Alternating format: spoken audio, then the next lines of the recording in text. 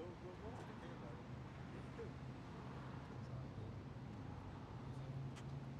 no. I will have to go to the bathroom soon.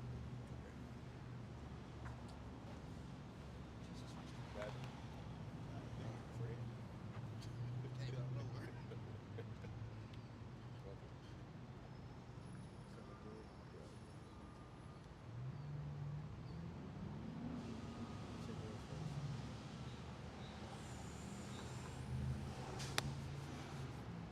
You press live on this, right? Yeah.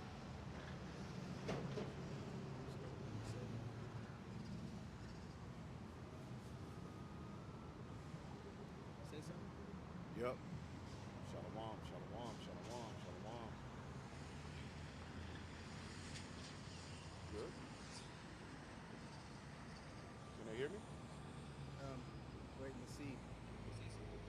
Yeah. Yeah, we good. All right, there we go. All right, shalom. Shalom. First and foremost, we'll give all praises to the Heavenly Father, Yahawah, Bahashem, Yahawashi, Bahashem, Kakwadash. Double honors to the apostles, the bishops, and the elders at Great Millstone who rule well.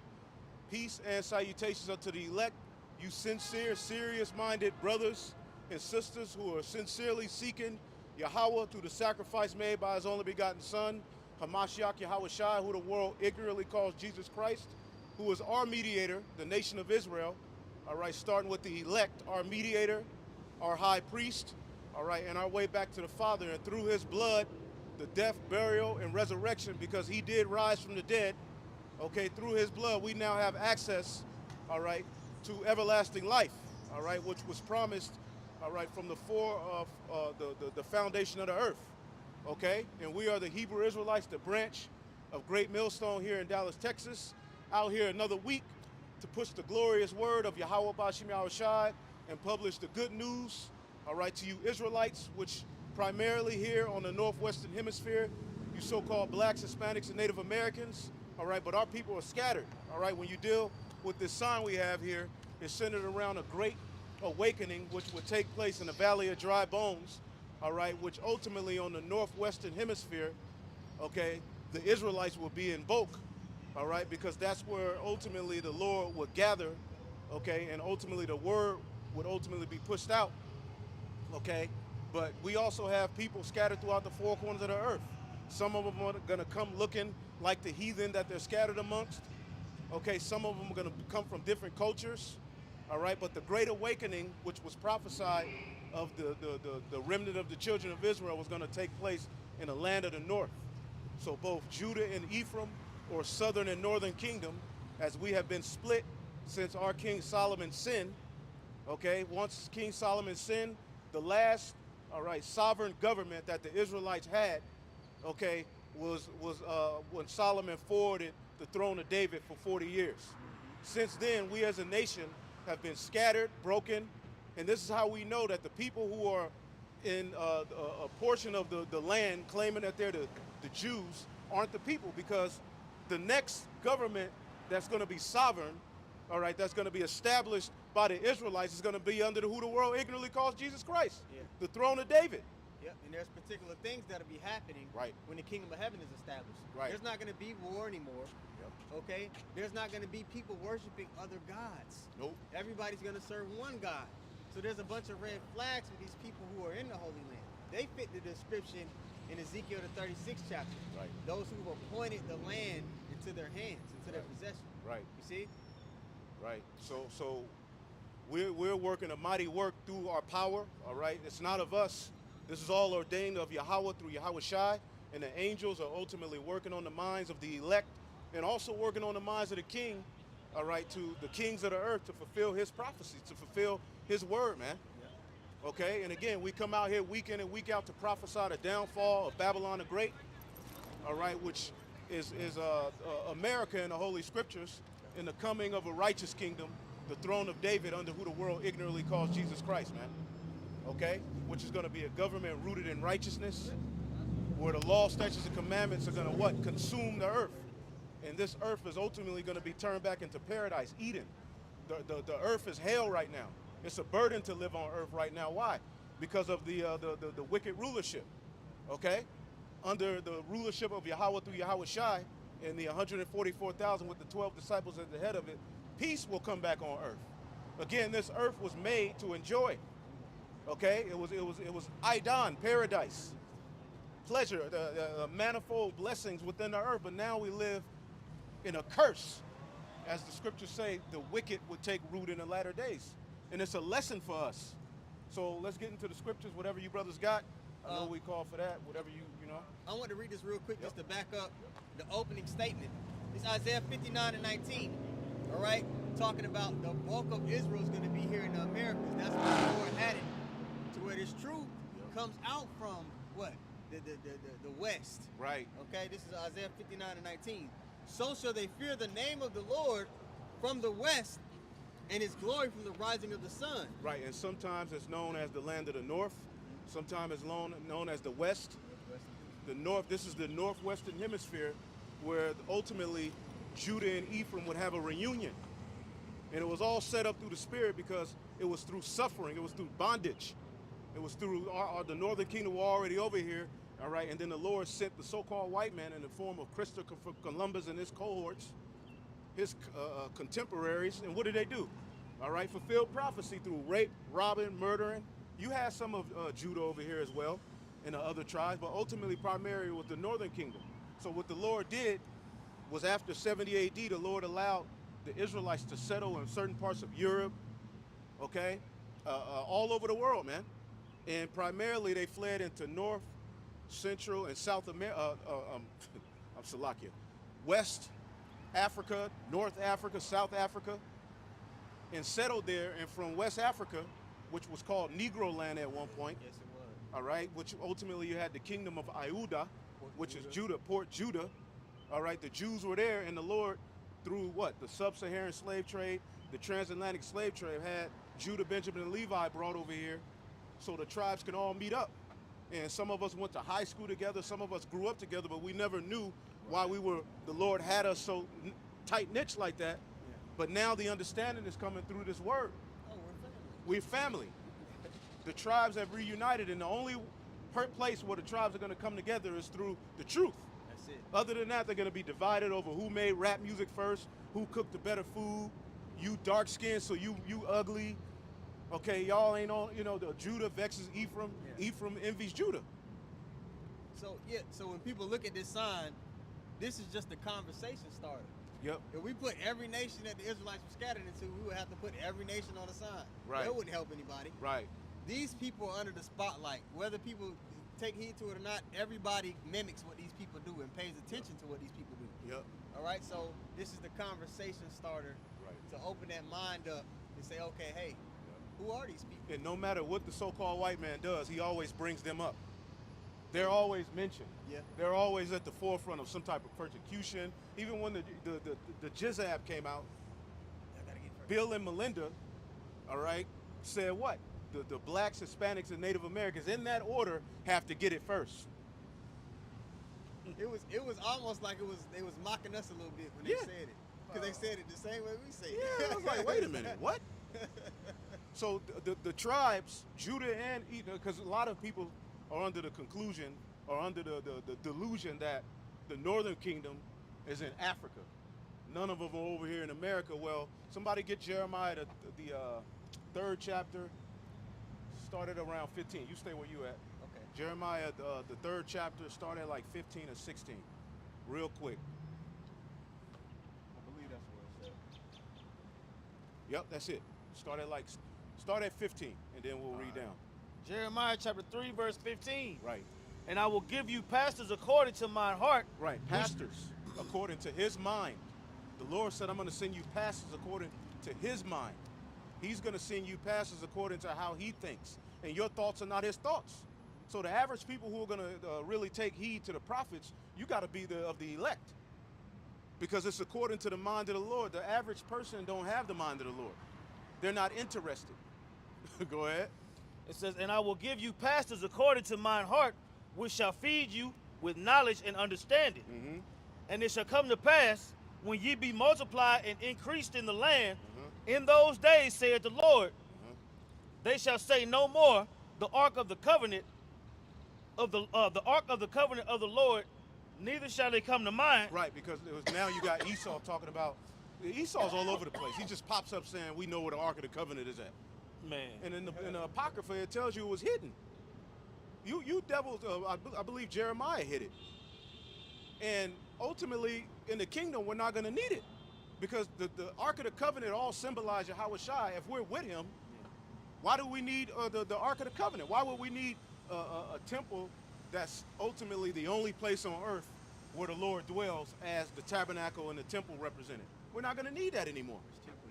All we're going to need is altars. Wherever we at, we can do judgment. Right. You see what I'm saying? We're not going to be fixated, all right, to one build, but we are going to be fixated starting at the garden eastward in Eden, which that's the original temple, man, where the high priest Adam, all right, and the sons of God, which that order was passed down, were ultimately supposed to govern, man, and the whole earth was paradise. Go ahead. Yeah, but those small hats, Yep. they don't believe that was the Messiah. So to them, that Ark of the Covenant might be of use. Yeah. For a false flag or whatever. Yeah. That's why Indiana Jones and all of them was looking for it. Yeah. You know what I'm saying? They figured it could be of some use to them. Yeah. You know, it wasn't about returning it, you know what I'm saying, back to the Heavenly Father. Right. Yeah, that's what Indiana Jones is all about, looking up those particular artifacts. Right. I still got Isaiah 59. Right, let's keep going. Let's keep going. Go ahead. All right, I'm going to start at the top. This is Jeremiah 3:16. It says, "And it shall come to pass when ye be multiplied and increase in the land in those days, saith the Lord, they shall say no more the ark of the covenant of the Lord, neither shall it come to mind, neither shall they remember it, neither shall they visit it, neither shall that be done anymore." Right, so Esau's wrong. Go ahead. Verse 17, "At that time they shall call Jerusalem the throne of the Lord, Right. and all the nations shall be gathered unto it." Right, now jump to verse 18. That's the point. Verse 18, it says, "In those days the house of Judah shall walk with the house of Israel, and they shall come together out of the land of the north." Boom. The house of, read that again. Yep. It says, in those days the house of Judah shall walk with the house of Israel. Now, what's the importance of that? You ask the Christian, the average Christian, you ask, what's the importance, what is Judah and Israel? What does that mean? What does that represent? They wouldn't have any idea. No clue. Ask somebody who talks about the Bible, what does Judah and Israel represent? What does that mean? They wouldn't know how to tell you. Man. "And they shall come together out of the land of the north, out of the land of the north to the land that I have given and their inheritance unto their fathers." See, so the Lord is going to gather Judah and Israel, the house of Judah and the house of Israel, all right, the southern Judah and the northern, all right, Ephraim or Israel kingdoms. He's going to gather them together out of the land of the north. So all of the tribes are here. This is where the Great Awakening takes place. Ezekiel, the 37th chapter, is centered around a reunion of Judah and Ephraim. So, and the 12 tribe sign is in that chapter. So everything that's happening, all right, is fulfilling prophecy, man. That was it, no. So you got something? Yes. Yep. Jeremiah 50:33. "Thus saith the Lord of hosts, the children of Israel and the children of Judah were oppressed together." Boom, oppressed together. Now this is during the Neo-Babylonian Empire. The northern kingdom had left, okay, the Assyrian captivity. So when Judah was in the Babylonian captivity, you did have some of, I believe it was Ephraim and some of the mingled monks, that stayed back. You did have certain of the northern kingdom, but ultimately the oppressed together is speaking of here in Babylon the Great. This is where the Great Oppression came. Okay, yeah, you had certain tribes mingled. You had, I forget what it's in the Book of Chronicles, where you had some of the house of Simeon maybe, and it was another tribe that were there, all right, during when they went back to rebuild the temple, all right, because that was after the Babylonian Empire. But primarily it was Judah, Benjamin, and Levi in the Neo-Babylonian Empire. So this is speaking of a future prophecy. Read it again. Jeremiah 50:33. "Thus saith the Lord of hosts, the children of Israel and the children of Judah were oppressed together, And all that took them captives held them fast. They refused to let them go. Right, they refused to let them go. So we were oppressed together here. And Esau refuses to let you go. And now he's saying, ultimately, I'm going to slaughter the mass majority of you. Okay, and then the rest of you, I'm going to merge you with machine and create super niggas. All right, that's what he plans on doing in the new world, man. Owning you, having a patent on you, owning your very spirit, owning your soul. All right, for generations and forever and ever. It's a wicked, left-handed, eternal life. He's trying to forge a blessing because he gave it away. Okay, so he's trying to forge his name into the earth. Like at the time of the Tower of Babel, what did they say? Let us make a name for ourselves, lest we be scattered abroad. Well, that's what Esau's doing now. This is like a new renaissance. Okay, a digital renaissance where he's trying to make a name for himself. Fourth Industrial Revolution. The Fourth Industrial Revolution, man. And they're bringing Edomite supremacy back to the forefront. You see Trump stirring things up with the segregation. The majority or the Republicans all voted, all right, not to end it as some type of bill. And it's centered around Edomite could put white onlys on their door. Right? They could put no Mexicans and they could not be punished. That's just basically the spirit stirring things up. The Lord has a spirit on Donald Trump to stir things up. Then he got Elon Musk with him, and you know what that's going to lead to. Right. So the elite are showing their hand. Okay, through Donald Trump and Elon Musk, we now see that Esau Edom is getting ready to bring the sword. Right. He's getting ready to really try to establish what he's seeking out to do. All right. And those are the two major prophecies. Right. You see, you got Trump with the WAR aspect, and then you got the neuro aspect with Elon. So both. Right. Everything is lining up. Meanwhile, while that's going on, right, you got what's going on in the Middle East. Right, and also, okay, because people ain't gonna take this shit. People in America are gonna revolt. Right. So this is gonna justify Elon. Another aspect of Elon is those robots that are gonna be sent to wage war, because a lot of the American military, all right, after a while, although you do have foreign troops over here, after a while, these Americans, they ain't gonna want to turn the sword on their own people. All right, they're gonna be like, this is too much, okay? Which that's all in the Lord's plan, but that's gonna justify Elon letting the robots fight for him. Okay, and how can you beat a robot? You're gonna need the spirit of Yahawah through Yahawashi. That's right. That's the only way to overcome what's on its way. Now let's get the book of 2nd Esdras. All right, this is 2nd Esdras. Unless you have some. No. Yep. I would like to add though, Isaiah 59, it went on to saying, the Lord shall lift up his standard against them. Yep, read that. Yep. Yep, just to finish Isaiah 59:19. Start over. This is at the top. It says, so shall they fear the name of the Lord from the west, and his glory from the rising of the sun, when the enemy shall come in like a flood, which is what the elders are going into. The spirit of the Lord shall lift up a standard against him. So regardless of what he throws out, there is going to be protection for those who have walked in faith and strive lawfully. It's promised. It's promised to us. All right, now I'm going to go to 2nd Esdras. Now you have one. Go ahead. Oh, okay, come. Psalms chapter 2, start at verse 2 in the NLT. The kings of the earth prepare for battle. The rulers plot together against the Lord and against his anointed one. That's what this NWO is all about. They're plotting against the Lord. They're defying the Most High.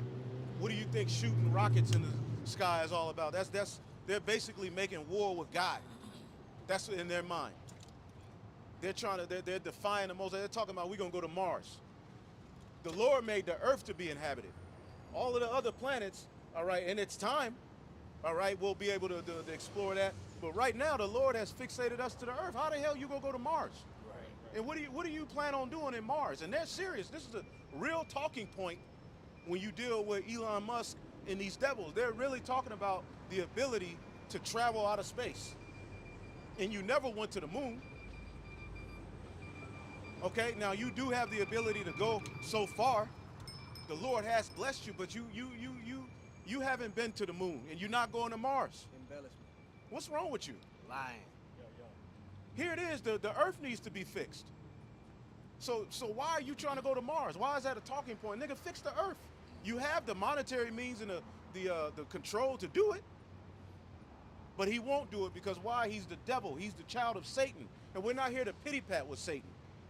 You got a lot of Israelites doing videos, or Jake doing videos, basically, you know, the Israelites, there's a cult, they hateful.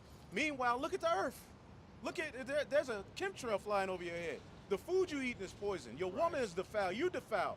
And here it is. The only thing that you niggas are mad about is the Israelites? With all of this hell taking place in the earth. They're like a child. You know, when you give a child something nice, they don't respect it. They don't take care of it. Right. You know, you get your kid a car, his first car, he run that car through the mud. Right? I get that. That's how he's doing the earth. Yeah, he But out you of there. see, us, we had to see we had to go through all this persecution, actually realize, oh, these are the error in our ways. So we're being brought up to appreciate the earth. Right. So we're excited to fix it up. Lord willing, we those spirits that agreed that everything was good in the beginning. So for him to come change everything, We got a problem It's a with direct shot. Yeah, it's a direct shot. It's like, nigga, what are you doing? Yeah. Yeah, we got an attitude, but the attitude is in righteousness. Yes, Man. We're not walking around with an empty, vain cause. We're not walking around puffed up. Now, there are certain Israelite groups that do make things look bad, but at the end of the day, even them, look in the grand scheme of things, how are they a threat to your life? How? How are the Israelites a threat to you? Well, let's get Isaiah 19 and the GNT start at where it talks about the land of Judah. It says, even to mention the name of Israel shall terrorize them, and the land of Judah shall be a terror unto Egypt. Then we'll get this in 2nd Ezra. You got some more? No, I got the second answer. Yeah, so the Lord is going to lift up a standard. Okay, what are you going to do? All right, everybody's talking, but what are you going to do when the powers that be, all right, lay that sword down? Elon was dancing with a sword. He came on stage Man. with a chainsaw. He's bugged out. Yeah, he let you know he ready he for- let he you ready know. for the bullshit. Yeah. Oh. That picnic shot a couple sandwiches. Yeah, he crazy. He probably got a Faragma. He probably, because a lot of these dudes probably already transhuman They tapped in already. on some crazy shit, man. This is the demonic society, man. And if you're not complaining about it, the Lord ain't dealing with you. If you're not looking out into the earth and you got a problem with it, and you can only find problem, even you Israelites. Here it is, Esau's doing all of this wickedness, but all a nigga want to do is argue about the new covenant. Well, whether we in the new covenant or you in the new covenant, we in great, you in hell. Right. Well, Sign and crime. they're not of the elect, like you said, Yeah. in Ezekiel 9. It says the elect will be sighing and crying for the abominations being done in the midst thereof. And they're not. They just want to argue about that. It's like, okay, bro, just be in the new covenant. Go be in the new covenant and leave me alone. Yeah. If I was in the new covenant, I would damn sure wouldn't be doing videos free. I would be enjoying myself. Be arguing in the new covenant. Yeah, the new covenant's kingdom of heaven, right? I'm trying to tell you. The new covenant is the consummation of the marriage, man. We're in a grace period. We're betrothed. We haven't entered into the secret chamber that the marriage be consummated. Now, if you want to make the argument, well, grace is an aspect of the new covenant, okay, but it's not fulfilled. It's not fulfilled. It's a foretaste of future glory. Through grace, Right. we have received the Holy Spirit of promise to know and understand what we're fighting for. Okay, to tap in through to the spirit of Yahawah Yahawashi, and to know and understand these scriptures. Tell that brother to back up in case somebody else comes. You know what I'm saying? Because you know Ariala might come. Come on. Jake crazy, man. We need help. Jake is some of the most peculiar people.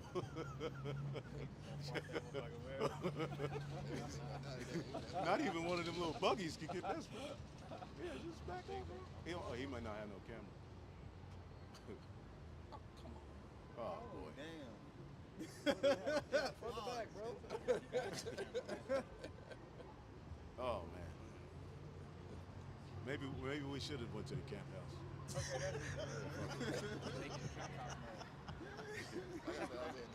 Yeah, read it.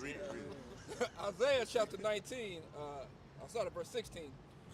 In that day, the Egyptians will be as weak as women. Right, there'll be as weak as women. And there's a feminine vibe here. Women, all right, who are the weaker vessel, when things get tough, what do? Scream. They holler. scream, or they submit themselves to the easiest form of comfort.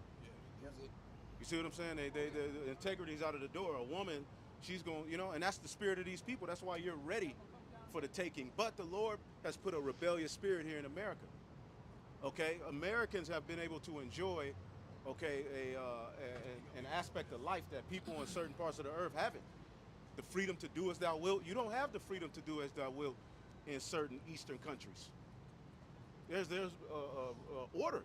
So once these Americans start hearing, okay, you can't do this, you can't do that, curfew, the internet, the lights go out, they're gonna lose their mind because the people aren't prepared. Go ahead. In that day, the Egyptians will be as weak as women. Right.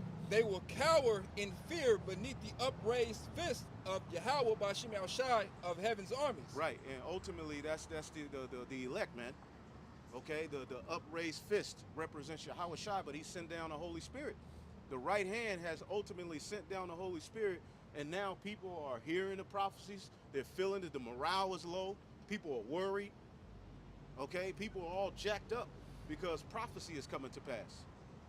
Okay, so the spirit of Egypt, you know, people are, you know, starting to take note. They're like, something's wrong. Yeah, something's off. I don't have the same quality of life. You got couples going to the grocery store arguing over this week. I want to get what I want. Okay, it's honey bun week, bitch. Arguing in the middle of the aisle. You know what I'm saying? You got your honey bun last week. I want my Dr. Pepper. No, man. You need to stop drinking soda, LaWanda. You just have a drag down fight in the middle of the aisle. And then you hit this nigga, and she got a chin like Shane Mosley. She don't even fall. You thinking, I mean, bow, you wind up with one of them old 70s punches and hit her, and she don't even fucking fall, man.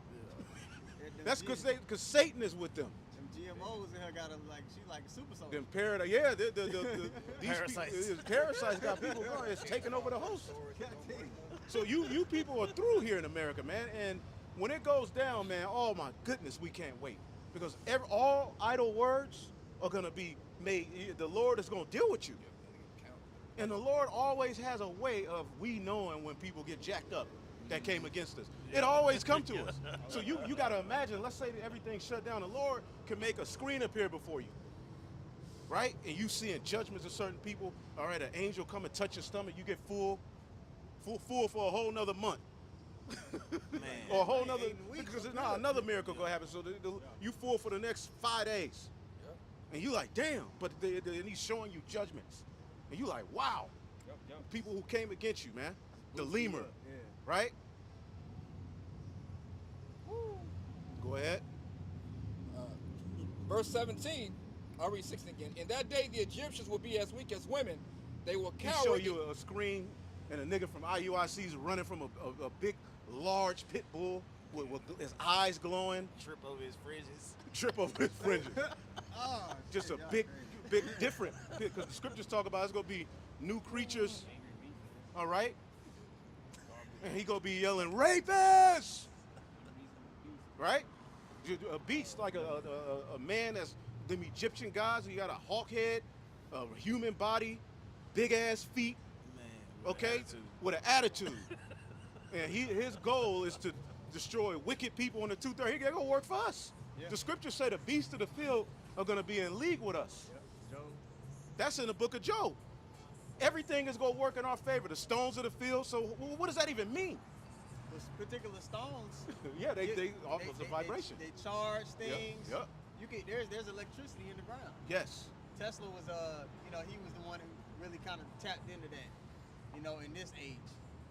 Yep. Get that newly beat, because people may think we crazy. Get that in the crazy? Apocrypha. Yeah. Yep. Because in the Apocrypha, in Wisdom of Solomon journals, because you got to understand, they had certain histories and things that we don't have written. So basically, 11:18. Solomon, if you want more on what happened during the Passover, go to Solomon's Wisdom of Solomon. Maybe he starts at what, 16 or 17? 17 on to the end, right? Pretty much, he's giving you history on what happened in Egypt. But then he's prophesying. Solomon was a heavy brother, man. When you read the Ecclesiastes, that's the king's journal. People journal, that's the book of Ecclesiastes. And these are precepts. His journaling are precepts that we use to teach the Bible in the latter days. Right? Go ahead. Wisdom of Solomon 11:17, it says, "For thy almighty hand that made the world of matter without form," Which is Yahawashi. The almighty hand of the Most High is Yahawashi. Go ahead. "wanted not means to send among them a multitude of bears or fierce lions, or unknown wild beasts, Right. full of rage, newly created." Right. Read that. Read that again. It says, or So this happened in Egypt. Yep. So how much more now? Read that again. It says, "or unknown wild beast, full of rage." A bat with an attitude, a wave cap. Because Because niggas are going to get judged, so the bat is going to be a nigga. That's how I'm creative with it. Oh yeah. I'm creative. The judgments that I want, that the Lord, he dropped his sweater, but he looked like a bum. somebody gave it to him probably. Yeah, he don't care. But imagine that. Man. Go ahead. It says, Wisdom of Solomon 11:18, Yeah, "or that's- unknown wild beast, full of rage Right. and hungry, newly Yep. created, breathing out Go on. either a fiery vapor or filthy scents of scattered smoke, Right. or shooting horrible sparkles out of their eyes." Right. The vapor coming out of their nose, shooting vapor. You know what I'm saying? Fire coming. That happened in Egypt. So you got to understand, Esau is in this lab doing all kind of wickedness, things that haven't been brought out to the forefront. Merge, so a lot of these things, the Lord is going to put a spirit in those creations. Okay? Right. And they go be out of the cage. You know what I'm saying? Just walking around. So what does that mean? You want to play with the judgment of the Lord? Go ahead. We gonna serve and fear Yahawah Bashim Shah. I won't cover him from that. Man, I'm telling you. The Hulk, the real credible Hulk. Hell nah. Hell nah. No. Is some more? Oh man. It says, verse 19, "whereof not only the harm might dispatch them at once, but also the terrible sight utterly destroy them." Right. Just looking at those things Right. made people die. The Lord made wind put demons on people. Sound, their heartbeat. He certain I forget the word, but apparitions, Yeah. Seeing things that's not there. seeing things that's not there, voices coming into your ear, a feeling, it feel like a tongue, somebody licking in your ear. You like, what the? You know what I'm saying? Imagine that. And pitch dark was something else. It was a different type And of then you dark. smelling complete foul. It's just it's a parasite, a 6'9" parasite, right? You look at it under the microscope, but it actually has a face. Yeah. It's a demon. So it's a demon. Parasites are demons. So you go look it up, and imagine one of them 6'9". You know what I'm saying? Nigga got out the music. He got out of the science, project. Go ahead. Let's sit on that. Go back. Yep. All right, back in Isaiah chapter 19, start verse 16 again. "In that day the Egyptians will be as weak as women. Right. They will cower in fear beneath the upraised fist of the Lord of heaven's armies." Right. Verse 17, "just to speak the name of Israel will terrorize them." Just to speak the name of Israel will terrorize them, and we're already there. Okay, you got a lot of Edomite Christians that are looking at the videos, Christians period, and the so-called black ones and the tribes, the Jakes, who are watching and hating, but whether they be Christian, because most of them Christian, they're just hating ass niggas, and they see Israelite males in an authority position, and they just mad. But Esau's actually looking, because niggas have daddy issues. Yeah. So when they see so-called black men and Hispanic Native American doing the work, they automatically, especially Judah, Yeah. they're automatically like, nigga, you abandoned me when I was little. You hit my mama. They automatically respond as their mama would respond. Right. You was gonna say something? No, you're right on point. That's what they do. So, but Esau, he's looking, he's like, oh shit. You threatening to take back what I stole. Right, like, okay, he's listening. He's like, okay, these ain't just a bunch of dumb niggas. They're really going into it. We gotta stop this. That fugitive kicked in. Yeah. Right. Yeah. Yep. His fugitive done kicked in. So just to speak the name of Israel, because you gonna have the left, Jake, the 2/3 are gonna lose it, because you try to keep the 2/3 in too long, eventually they go bug out. They'll submit for a minute, but Jake, the Lord is going to put a cold spirit in Jake. Yeah. Jake is going to rebel against this NWO. Big time. Okay? They're already pissed off at Donald Trump. So they're ready, and you got the lefties, okay, the so-called Democrats. They're talking about getting violent, but it's not really talked about in the news. There's a lot of Dems that are talking about getting violent with these people, like taking them out of office physically. So it's gonna come a point where that tyrant, where that cruel Lord that's spoken of earlier in the chapter, that he's gonna put so much hell on the people losing jobs, the tariffs are affecting you Americans.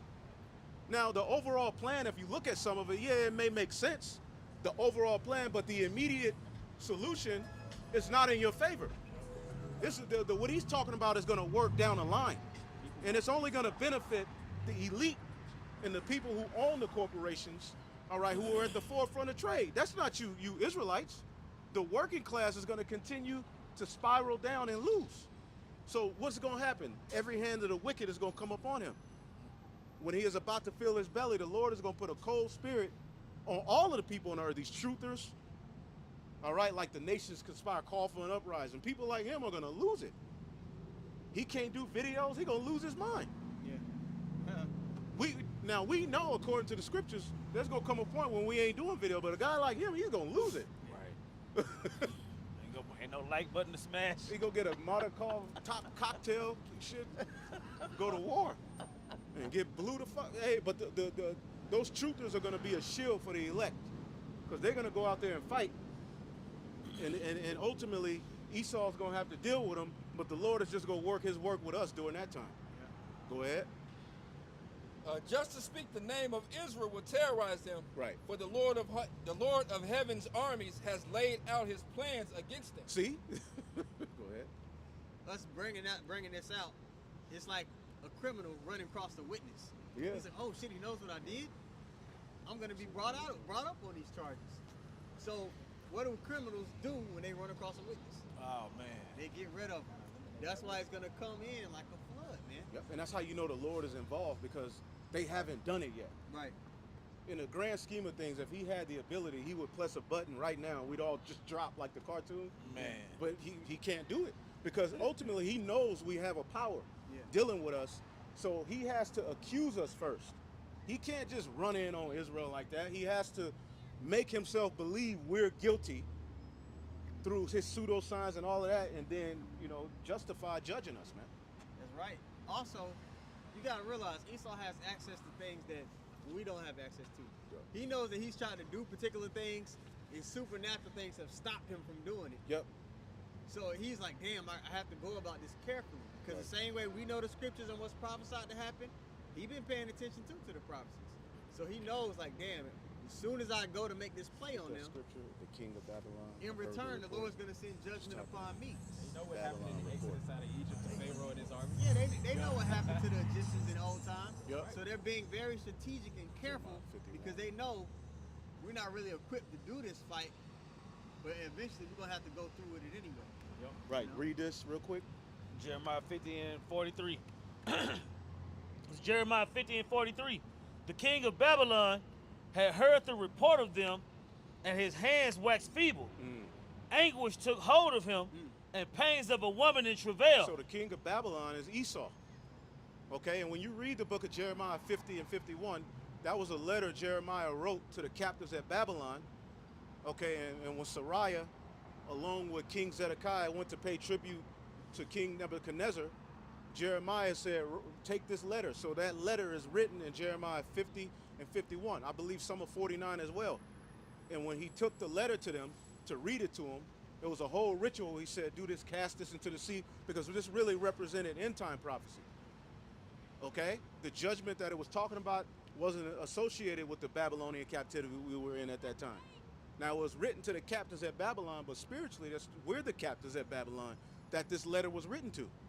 And the king of Babylon have heard the report of everything we're saying. They're probably watching right now. Okay? The BLOOD sitting on the side of them, a baby foot, Orange slices. Yeah. Orange juice, milk. He's just bugged out. Oreo cookies, Coke, drugs. He's just Yeah. stressed out. Yeah. Dope fiend Knuckles. Yeah. He out of there. You Edomites, and this is the thing, you're trying to come with this notion of superiority back again and try to, it's over for you Edomites. Jake ain't finna sit there and, again, the Lord is gonna put a spirit on Jake. Of course the 2/3 is 2/3, but Jake ain't finna submit to you like they did in hardcore slavery. Nah. And then you gonna try to do it digitally? Tell them, you know, that you gotta do this, Jake gonna lose it. Young niggas, hell no. These young generation Z, right? They're gonna lose it. They were made. They don't even go to work. They don't even go to jobs anymore. They saying F the system. They're making money off the internet, scamming, right? So they gonna rebel. You Edomites is done. It's the Jakeover, baby, and it really starts with the elect. But the Lord is gonna use, all right, some of the 2/3 of our people to fulfill prophecy, man. So the king of Babylon is hurt right now. That's why he has his WEF forum. Okay, Davos. All of these various different, commissions. Just like, goddamn, how many people? There's all kind of meetings. Yep. It's just like, what's that in Job where it's talking about he shall be in straits. Yeah, he all over the place. Yeah, he shall be in straits. In the fullness of his sufficiency, he shall be in straits. Right. With all these different things he got his hands on, he losing grip on everything. You see? And it's all through the prophets. It's all through the prophecies. It's all through the Lord sending his prophets. Right. Is there some more on that? Yeah, that's it, right? Yep. Now let's get here. So the king of Babylon have heard the report, and his knees have waxed feeble. Anguish has taken hold of him as travail of a woman with child, man. Okay, because what a woman with child represents is the birth pains, which she can't escape. Esau tries to give her an epidural to escape the curse, all right, that came with her, the rebellion of Eve, but he still can't do it. She still be screaming. Right. Is that my pouch thing? Yep. So, again, the sun coming, right, which represents Yahawashi coming, he can't stop it. But Yahawashi's coming is going to be before it is going to be birth pains. Okay? There's going to be all kind of things happening, and the prophets are going to be in the earth, all right, speaking it into existence, man. Let's go here, the second Esdras. Oh, shit. What was you at, second Esdras, what? Second Esdras, the 6th chapter, 18th verse in the GNT. Oh, by Esau. Okay, I got you.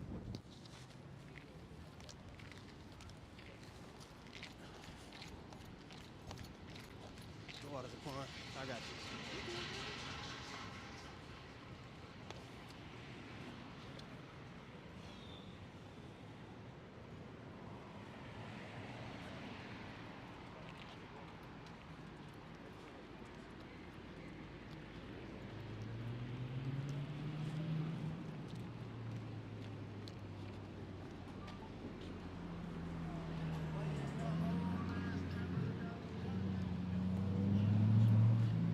Right by the light.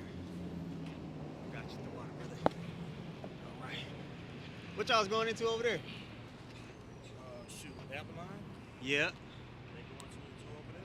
Second Esdras 6th chapter, 18th verse in the GNT. You got GNT on your phone? Let's do that then. 6 and 18? 6:18. Check it out in the GNT. See how it goes.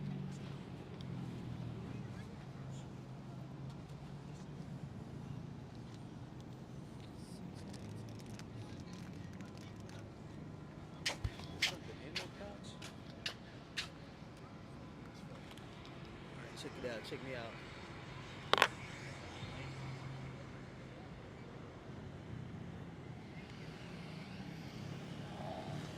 First spirit out here, baby. Yeah, put this on you so it gets mic for y'all too over here. Okay. This would be our mic over here.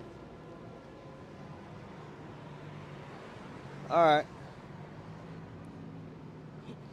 Dick, Shalom. Shalom. All right, first and foremost, I want to give our praise to the Most High. Yahawah, Bahashem, Yahawashi, Bahashem, Rakakwadash. Double honors to the apostles and the elders of Great Millstone. Shalom to all the brothers and, of course, a few sisters pursuing this truth in sincerity, all right? May the blessing of election be upon your house. We're going to continue in the line of Babylon being put under a microscope because much blood has been shed by the ruler of this nation, by the ruler of this conglomerate of nations, all right? So we're going to go to 2nd Ezra 6, and also we can get Numbers, I'll get it, Numbers 35 and 33? I got you. Okay, come on.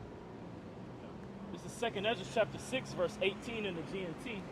It says, it said, the time is near when I will come to judge the people living on the earth. I will punish those who have hurt others with their injustice.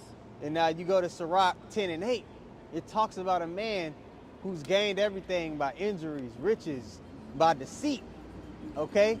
And we know there's a people on the earth whose coming is after the working of Satan, all right, that are flourishing in the earth today, that govern over all the nations, okay? Esau Edom, the so-called white man. So he has a bill that has to be paid. People talk about justice in all these different terms. We're not going to receive justice in this kingdom. The Lord's going to come with the justice, okay? But right now, we're in the phase of the charges being brought out against the man. You know how in the court of law they bring out the charges? Right now, we're in that phase of the charges being brought out. You understand? You got it. It says, Jerusalem's humiliation will come to an end, and this age, which is about to pass away, will have the final seal put on it. Bro, we're humiliating this place. You go to different countries and you ask them, well, what do you know about the so-called black man? They're going to bring up bullshit like reality TV. They're going to bring up athletes. All right, we're the laughing stock of the earth. In the curses, it's foretold that we will be a proverb and a byword. So that there's no prestige, there's no honor that comes along with being a so-called black, Latino, and Native American man in this society. And you brothers hop in, man, if you got something to say. I got something. Lamentations chapter 2 and verse 15, it says, all that pass by clap their hands at thee. They hiss and wag their head at the daughter of Jerusalem, saying, and when it says all that that pass by clap their hands, going into basically mocking, scoffing, looking down upon, you know, and that's how you're looked at as a so-called black man in Babylon the Great. But that also goes for the other nations too, you know. It says, saying, is this the city that men call the perfection of beauty, the joy of the whole earth? Because people too, they inherently know, you know, when it comes to, you know, various talents, gifts, you know, contributions, our people are, you know, the best. But when you look at our situation as far as power is concerned, you know, economics is concerned, we at the bottom. Woo. You know? Yeah, that's why it seems like such an outrageous thing for us to be sitting out here saying, hey, our people are going to be the next people to govern the earth. Right. It seems outlandish. Because they're like, look at this guy, look at the position y'all in. You said what? Right. Even this awakening is scoffed at. When we say that we were once great people, but the Most High had cast us down due to our disobedience. We was What they Cain's. say? We was Cain's and shit. So even this great awakening of ours, man, it's laughed at. You know, because people don't see us as of significance. They see us as a joke.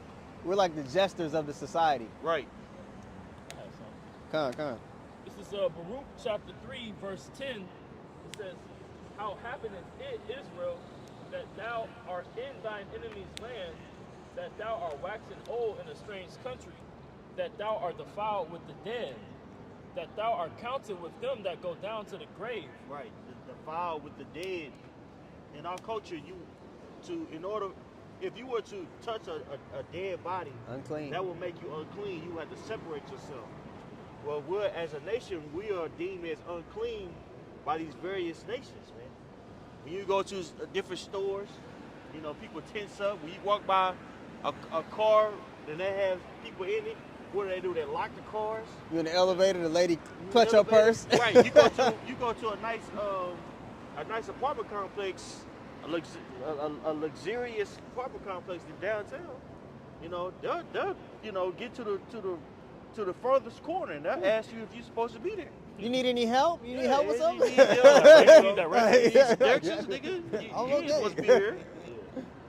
And two, it's a curse for our people not to be buried in our land. You know, just like how Abraham bought that lot, you know, for him to bury his ancestors in. Mm-hmm. You're not buried in your own homeland. You know, like you had these Africans, they come over here, then they take their fathers that die here, and they'll take them and bury them back in their homeland, in their established lot. Yeah. You know, it's a curse to die in a land and be buried in that same land, showing you that we don't have, we would fit under that black culture, because we don't have a land that's designated to us. You know, we don't have any kind of culture that's inherited from that. You know, we literally live in a black culture. You know, but this is a calling back to that. I want to read the definition for this word bastard. Okay, illegitimate child, acknowledged child of a nobleman by a woman other than his wife. Right now, we become a no people. All right, lo I mean, we become a no people. Yeah, we're from a regal house. We're the heavenly family, but because of our disobedience, we've been casted off like a bastard. So we're in a foreign land, like the curses said we would be. Okay, speaking a language our forefathers never spoke. Living in a society that has nothing to do with the heritage that the Lord gave us. Okay, and right now, we're standing upon our feet and trying to return back to that way. And it's so foreign to this society that we're making ourselves a prey, an enemy. Yeah, it's a threat. Yeah, so to speak truth in this society, to stand for righteousness in this society, you make yourself an enemy of it. Okay? Can I grab real quick? Come. Deuteronomy 28 and 37. Come. And thou shalt become an astonishment, a proverb and a byword among all nations, whither Yahawah shall lead thee. So check it out. When you ask somebody where are you from? What is your family line? Everybody's going to give you a term that takes them back to a land. When you ask our people, they give you a color. There's no black land. You ask one of these Edomites out here, where you from? Oh, you know, my people, they're from Turkey. We're from Jordan. Okay? This book connects us back to a land and a standard to live by. When you ask somebody where they're from and their heritage, they have a particular standard that they live by. Right. Our people, we do not have a standard that's connected with our culture. There's no standard that's connected with black culture. Right. Well, so-called black culture is the invention of the biasness of Esau Edom, so-called white people.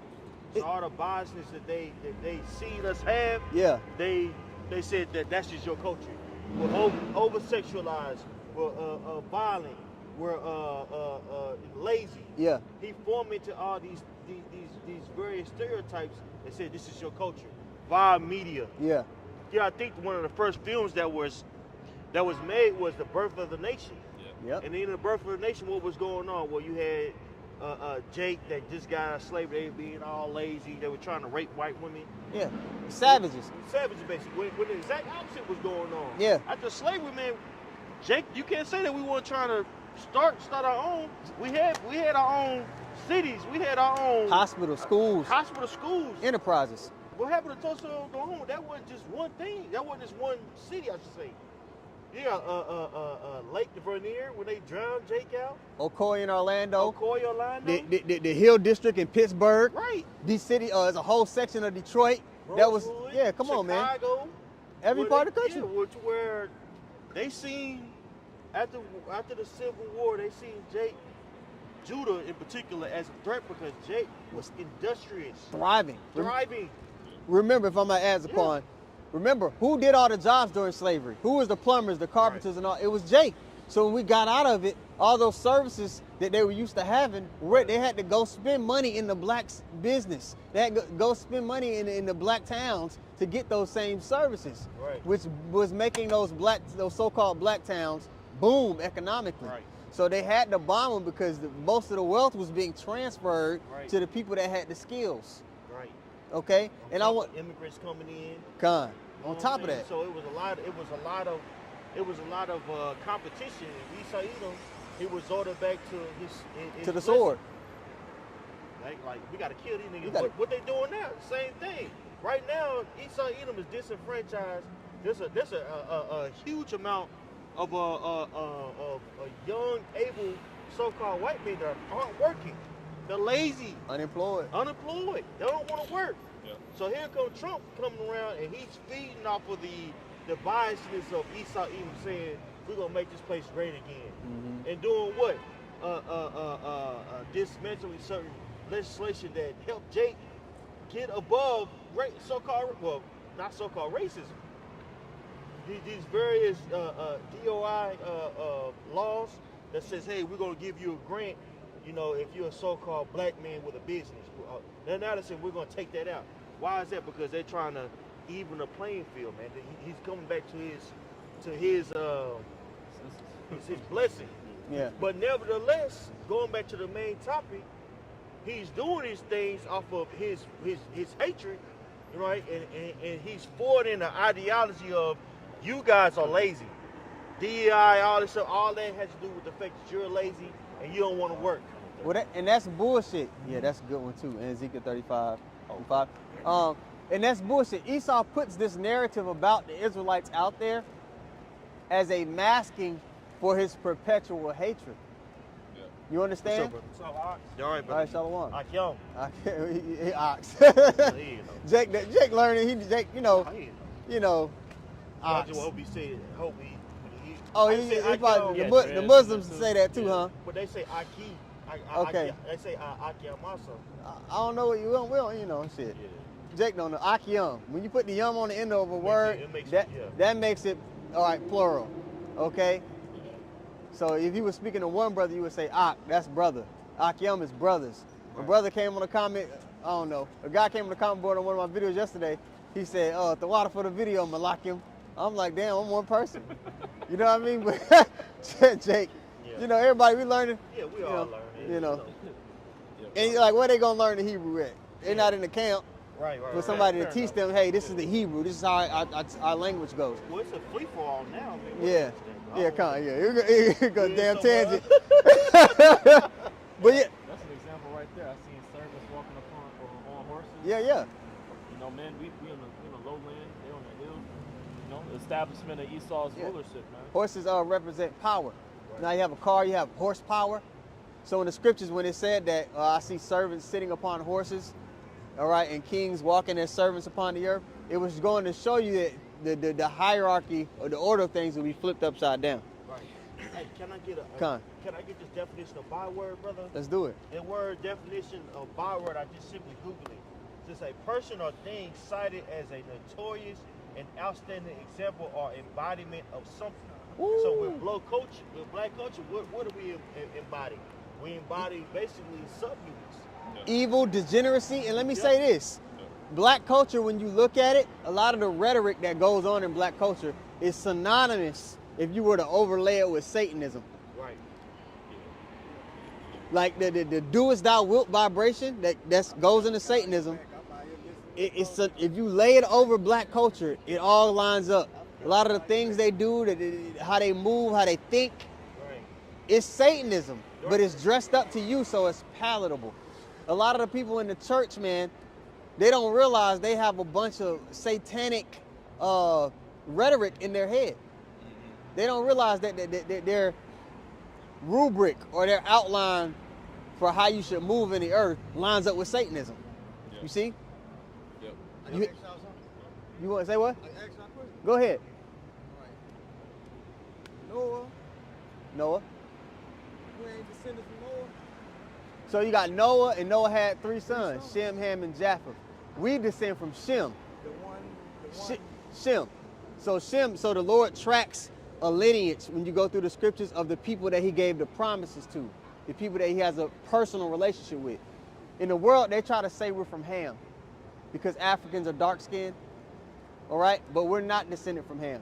Even when you go into the Zondervan Compact Bible Dictionary, it'll tell you. Somebody got the definition on their phone. Well, I'm when you look up that definition for Ham, right now. the brother gonna get you the definition. I want you to check this out, because even in that dictionary, it'll let you know that the Negroes don't descend from Ham. Remember, Moses passed as Pharaoh's grandson. Correct? Do you know that? Right? We know the ancient Egyptians were what? They were very dark. Moses wasn't an Egyptian though, was he? He was an Israelite, right? But he was able to pass as Pharaoh's grandson because both of those people are dark-complected people. You understand? So people will try to they'll try to lump us in with them, but we come from two different lines of people. We come from Shem. We have nothing to do with Ham. The brother got the definition. You know.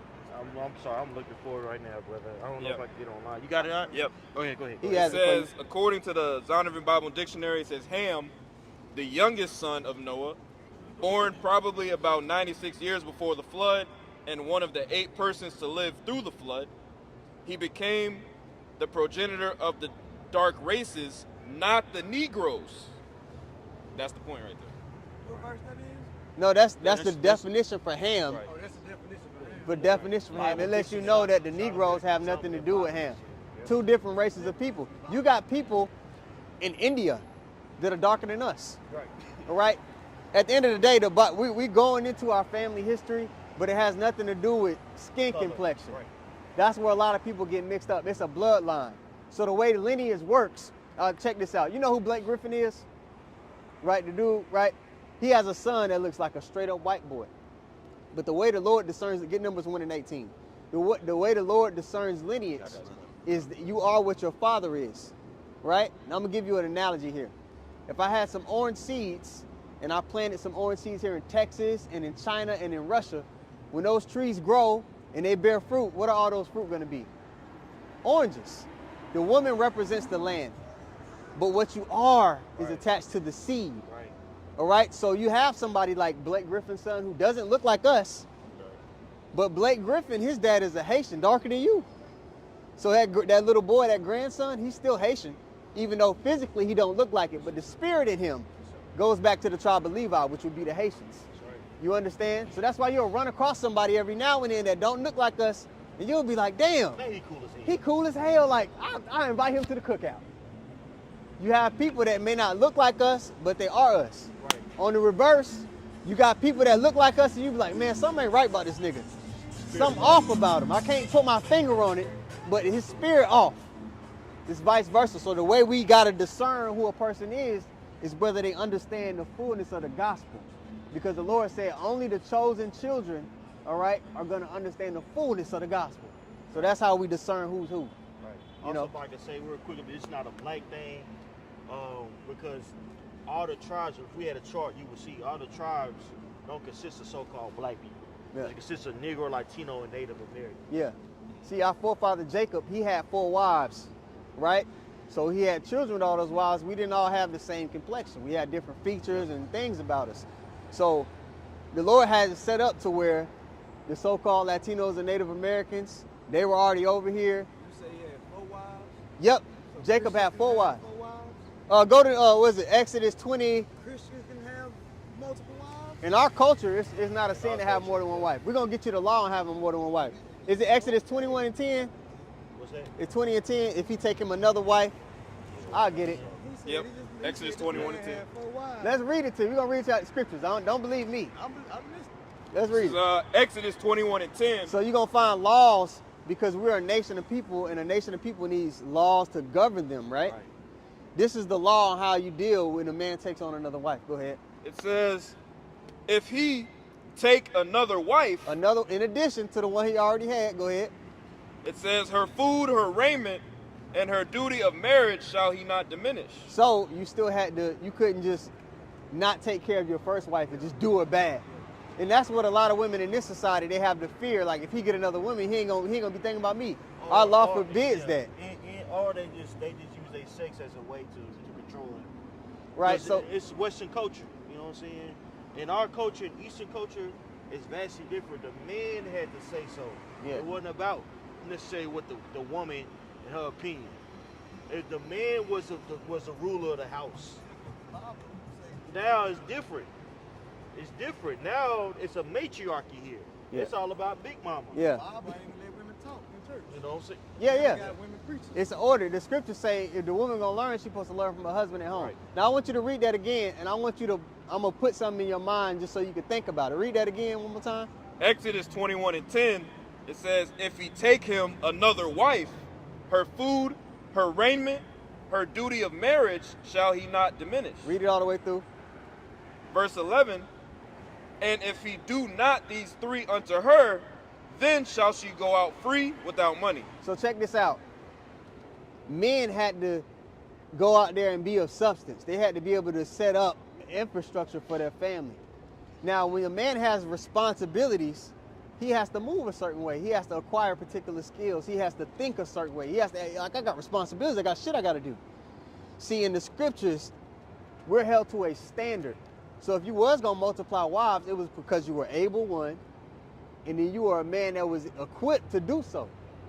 Here, you know, you're not supposed to have more than one woman in the eyes of the people. So Jake sneak around and just doing any kind of way. Yeah, you a little mouse. We mouses here, man. We can't express our masculinity here. Every sexuality is okay. It's okay here in Babylon, except for being a man. Yep. Think about that. You could be, if you're a man, you could be with another man. If you're a woman, you could be with another woman. If you're a man, you could be a woman. If you're a man, you could be a woman. Damn, this shit crazy. But when you want to be a masculine man and have more than one woman, you're ostracized here. And all that is by design. It's control. And that's small. That's small. This is a small change topic compared to what we're talking about. The Lord has it set up to where our nation of people is going to govern the earth in righteousness. Because right now, could you say that the earth is being governed in righteousness? Are the people in control actually thinking about the benefit of the people? No. So the big picture is we want righteousness to go forth in the earth. And the family structure being returned to righteousness, that's going to be a byproduct of righteous rulership. You see? Where was that? That was good on your question. We answered it thoroughly for you. All right, Con. Back to that. Back to this. Oh, we was Ezekiel 35:5. Or was you reading something? You was reading something. No, I read it, brother. Oh, Ezekiel 35:5. No, Numbers 35:5. Numbers 35:5, and it's, we had both. So let's Numbers 1 and 18. Numbers 1 and 18, because we was gonna prove lineage, Ezekiel 35. and then we'll go back. 33? Or 33. Yeah. 33 with this blood, the land has been defiled with blood. Right. But let's read that Numbers 1 and 18 real quick to cap off the point. Yep. This is the book of Numbers, chapter 1, verse 18. It says, and the assembly, all the congregation. Typo. So Moses is in the wilderness with the nation of Israel. This is the first commissioned census of our family. All right, you know how they take a census, they do a counting of everybody and all that. That's this, okay? It's like I got it. Go ahead. Numbers 1 and 18, it says, and they assembled all the congregation together on the first day of the second month, and they declared their pedigrees after their families. You know what pedigrees are? You know what a pedigree is? Right? So your line, where do you come from? But they declared it after what? After their families, by the house of their fathers. So by your father, because your father carries the seed. Just to cap off that point. Now we can go back. Oh, we can go. You got that second Ezra 6 and 18 in the GNT, and then we'll get the Numbers 35 and 33, and then we'll go back to the Ezekiel 35 and 5 and make these. And we're gonna get Ezekiel 30. Yep, 35 and 5. What about the stuff wrote on the walls of Egypt and the tombs and stuff? You talking about the hieroglyphs? What are you talking about? They said them stories in the Bible was already wrote on the walls. Oh, you talking about the books of Ma'at? So there's several books. Yeah. I mean, what books do you know? I'm here to learn. There's Ma'at, there's the Book of the Dead. I mean, there's the Dead Sea Scrolls. That's the Bible. I'm gonna give you the separation. So you got similar customs, like similar laws on how to govern. So people will say, oh, well, there's some similar laws in the books of Egypt. Yeah, because those people in that region, we were in the same region. We had a lot of the same ways. But what separates the scriptures is the prophecies of the book. Yeah. None of those books in Egypt are going to go into detail of how we would get sent over here to the Americas. The Bible talks about us being sent over here on slave ships. Right. The Bible talks about the fashion in which we would be in slavery. The Bible talks about our language being stripped from us. No other book on the earth has the prophecies. You see? No other book could say, this is what's going to happen before it happens. This is why we're in this predicament. You see? That's what separates the scriptures from everything else. And also, if you want to make that argument, we didn't come from Egypt. Egypt is in North Africa. Yeah. We came from the west coast of Africa. Yeah. All of Africa is not the same. There's over 1,000 languages in Africa and over 1,000 countries. Yeah. Somebody who's from Egypt, the original people from Egypt, or from even East Africa, they don't consider themselves the same as somebody who's West African. In fact, they call them the derogatory term Bantu. Yeah. See, we got to West. Okay, so first off, we're the children of Israel. All right, Israel, if you know where it is, all right, is the north east of Egypt. Now, we were in captivity. We were in slavery in Egypt, right? Cool. But when we got taken into slavery, after the siege of Jerusalem in 70 AD, the Romans came in and completely decimated our city. So many of us, we fled into Africa because we could hide and blend in with the people. Because remember, similar complexion. We ended up on the west coast of Africa, all right? Nigeria, Ghana, that area. And from those areas, we were taken into slavery by the so-called white man. So we were taken from slavery out of the west coast of Africa, like the elder mentioned. Okay, so that's how we ended up in Africa in the first place. But we're not African people, okay? Yep. That's why they, Salakia. And that's why people say, well, Africans sold other Africans. No, Africans sold Israelites. Right. They wouldn't sell their relatives. They were willing to sell us because they knew we weren't the same people. That's why they were willing to make a deal with the so-called white man to sell us, because they was like, these ain't our people anyway. They refugees. They in the land taking up space. Send them off. See? Right. Real quick. Deuteronomy 28:68. I'm going to read it verbatim. And the Lord shall bring thee into Egypt again. Is Egypt, Mitzrayim, meaning bondage or slavery, because they just came out of Egypt. You're not talking about sending them right back. No, he's talking about the state of slavery again. I'm going to send you into slavery again if you're disobedient to me. Okay, go ahead. Right. And the Lord shall bring thee into Egypt again with ships, by the way whereof I spake unto thee, that thou shalt see it no more, more again. You're going to go into slavery on ships, and that the holy land that I gave to you, you're not going to see it again. You're not going to be there. Right. I'm going to disperse you. All right, so right here it's telling us, hey, you can read verse 15 for me. Okay.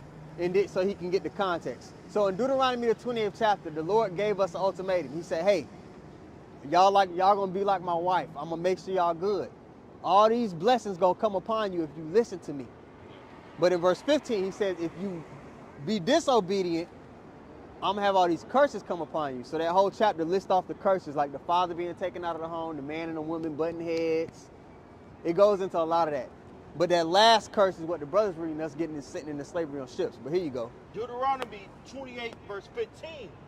But it shall come to pass, if thou wilt not hearken unto the voice of the Lord thy power, to observe to do all his commandments and his statutes which I command thee this day, that all these curses shall come upon thee and overtake thee. So yeah, people would be like, why would the Lord let all this happen? If it would, some people would say, why is it's a God? Why would he let this happen? We were disobedient. Yeah. And also, if you want to make that argument according to your God, if you believe in Egypt and Egyptology, why did the over 300 and something gods, because you do research on Egypt, it's over 300 some gods. They were polytheistic. Right. Which God allowed this to happen to us?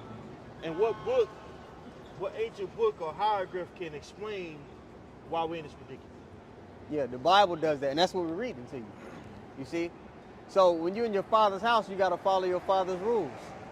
Now, the beautiful thing about being of that chosen line, the Lord is punishing us right now for our disobedience, but at the end of the book, we get dominion over the earth forever. This the KJV? Yep. And we could go into any version and break it down. Yeah. Really, the Bible was written in the Hebrew in the Old Testament and in the Greek in the New Testament. So often the time when we'll go into words or we'll go into scriptures, I'm going to bring up the Hebrew word for it so we can get the real meaning. Because we just read Egypt, right? But it's not talking about the little Egypt. You go get the Hebrew word. It's Mitzrayim, is letting you know you're going back into captivity. You see, you got it. Deuteronomy 28:68. And the Lord shall bring thee into Egypt again with ships, right, by the way whereof I spake unto thee. Thou shalt see it no more again. Not going to see a homeland again. And there ye shall be sold unto your enemies. We're going to be sold unto our enemies. Lord said we got enemies. Somebody get Psalms 83. You're going to be sold unto your enemies for what? For bondmen and bondwomen. Slave men and slave women.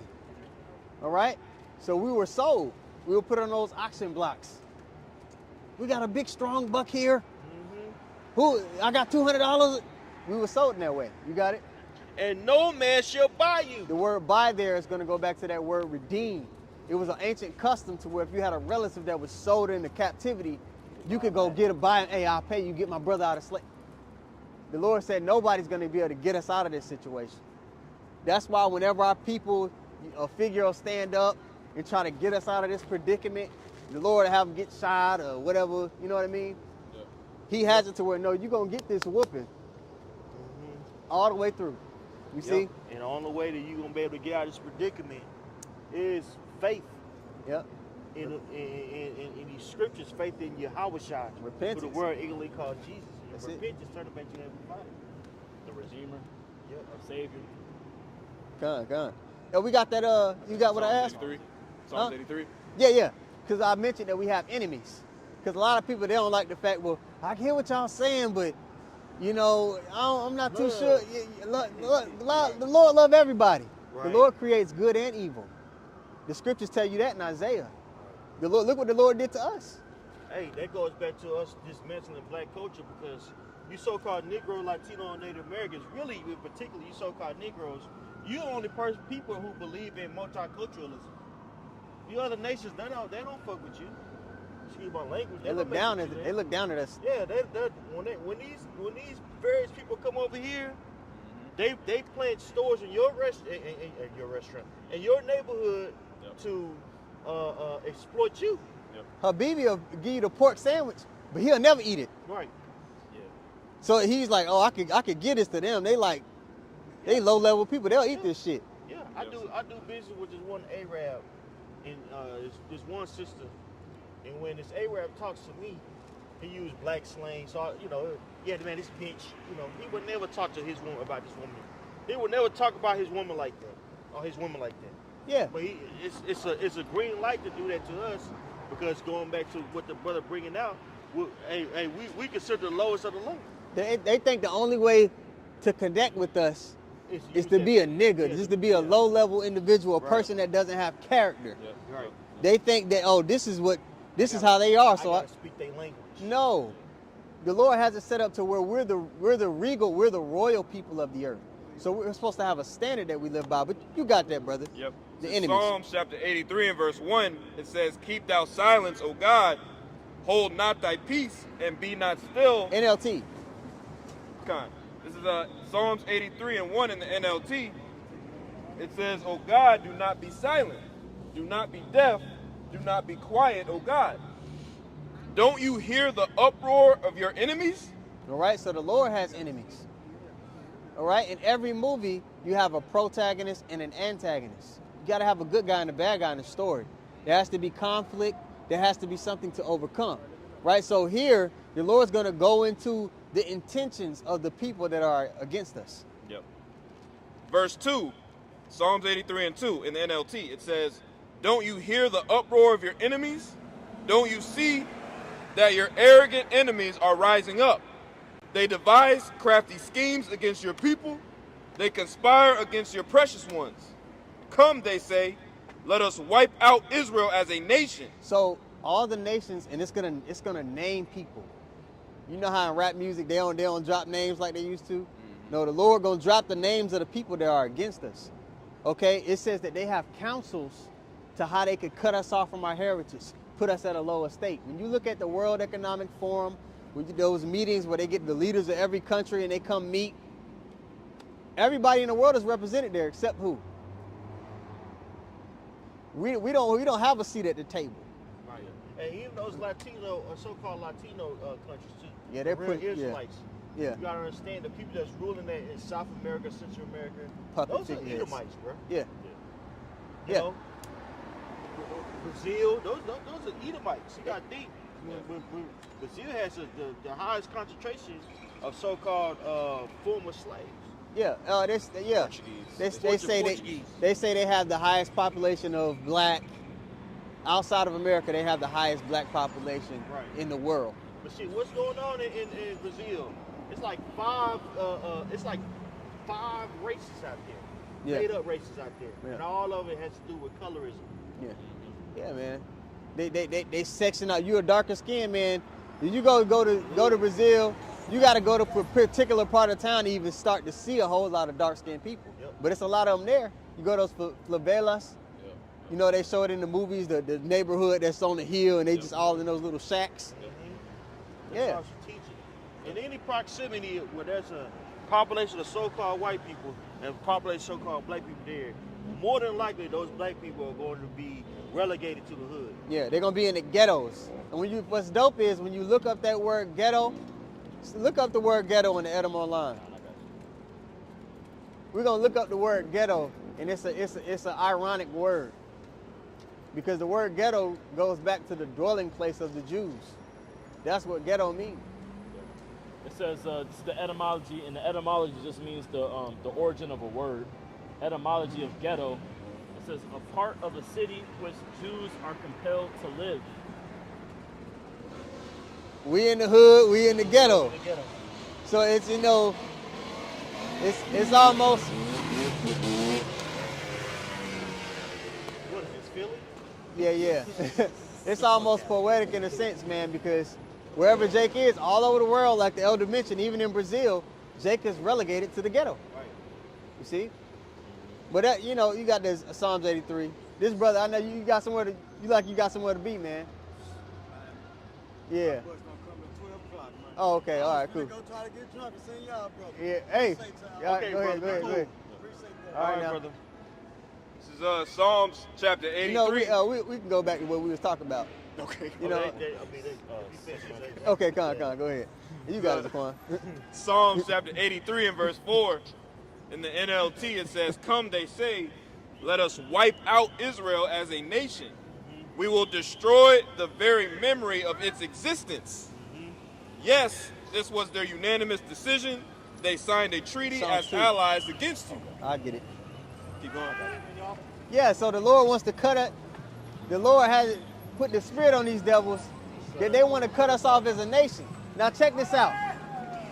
They know that us standing up and clinging unto the Lord, clinging unto our heritage means what for them? It means captivity. All right, they want to free themselves from slavery to God. Okay, yeah. This is Psalms chapter 2, verse 1. It says, "Why do the heathen rage and the people imagine a vain thing?" I'm going to read it in NLT. Oh, okay. Jaquan, you break this down for me? Okay. This Psalms 2 and 1. I'm going to read it in NLT. Why are the nations so angry? Why do they waste their time with futile plans? Right. So, I mean, the plans that, you know, these various nations have to set themselves up on high is going to come to naught eventually. You know, and a lot of that has to do with the main reason why that has to do, or it's not going to come into fruition. I'm going to read is Ezekiel because 35 for you. we have You break that awakened. down for me. We woken up. You know what I'm saying? With us receiving this word, guess what? It's their demise. So they can plot all these things, they can do all these things to us, but there's no enchantments on the house of Israel, man. That's it. You know? Verse 2, it says, "The kings of the earth prepare for battle. The rulers plot together against the Lord and against his anointed one." That's right. So that they have made certain endeavors to keep us in strategically at the bottom, bro. That's it. You know what I'm saying? But even though they've done all these things, it's going to come to naught. It's going to be of no avail in a time when Yahawashi returns, man. You do nothing against the truth before it. Right. Verse 3, it says, "Let us break their chains," they cry, "and free ourselves from slavery to God." That's right. Hey, because, you know, when we were ruling, man, when we going to rule, there's a certain standard that you have to abide by. Right now, you know, this world is riddled with idol worship. And a huge way in which these other nations would engage in idol worship is the perversion of sex. Right? So that nastiness is not going to be seen in the nation of Israel. Right? It's going to get cleaned up. We're going to be clean in that day. Yeah. The nations, however, they want to live in filth. They No, want to no, live no. in filth. You know? Yeah. So, again, they know the correlation with us standing up upon our feet is correlation with them going into captivity. Right. So they're willing. That's why they have those councils. That's why they're willing to go to lengths they go to to cut us off. Now I'm gonna read this Ezekiel 35:5 for you, and then I'm gonna read also Numbers, the Numbers. You break it down about the land being defiled. All right, this is Ezekiel 35:5. It says, because thou hast had a perpetual hatred, and has. And this is talking about Esau, man. Esau has had a perpetual hatred, man. But because of that, right? Because thou hast had a perpetual hatred, and has shed the blood of the children of Israel by the force of the sword. How did he shed the blood? By the sword, man. You know, Esau, blessing. Edom has used his blessing against us to destroy us ultimately, which, you know, and it points out who that man is, you know. But the scriptures talk about how if you live by the sword, then you will die by the sword, you know. That's it. In the time of their calamity, in the time that their iniquity had an end. Yeah, that perpetual hatred, man. When the time of the calamity, right, this man has forwarded the affliction, you know, and helped destroy the people, right? That's why it says in Isaiah, what is that, 47 and 6, how he's had no, pretty much, you know, he has no, he pretty I'll much, get it for you. It's Isaiah 47 He showed them no mercy. and verse 6. Shoot, it say that in Ezekiel 35, show them no mercy. Yeah, Oh, perpetual hatred. heavily laid the yoke is what it said, I think. Okay, 46. 47 and 6. I got it. This is Isaiah 47:6. I was wroth with my people. I have polluted mine inheritance. Right, yeah, see, he had polluted the inheritance too, you know? Right, that perpetual hatred that he put among us, it was a punishment, you know, but he ultimately it was for a moment, you know, but this man has polluted it by continuing in that. You got it. Continuing on. And giving them into thine hand, thou didst shew them no mercy. Yeah, he showed us no mercy, man, you know? That perpetual hatred that he said, you know, continuing to the shedding of the blood, man. He showed them no mercy. You got it. Was that pretty much it? Yeah. Upon the ancient hast thou very heavily laid thy yoke. Yeah, upon the ancient, you know, has he laid the yoke, you know, heavily. Right, and you know, it starts, of course, with the, you know, the elder of our people, you know, the pretty much, you know, when we was leaving Egypt and Esau was in the wilderness, he was in the back trying to mess with the individuals and the young, right, the ones that couldn't keep up. He was, you know, picking off the easy targets, and now he does that today too, you know, for afflicting really the ancient, which is the prophets, man. You know, those of us, you know, that's putting our hand to this plow, you know, you strategically making our lives, you know, manipulating, you know, sending agents out here. So, you know, it all goes into it, but this man has done that to our people, man. That's it. And if I may add on to what you're saying, like, you can see that now too. Like, there are various aspects of like society that specifically prey on, you know, individuals that don't know no better. Yeah. You know, like, you know, insurance. You know what I'm saying? Scamming.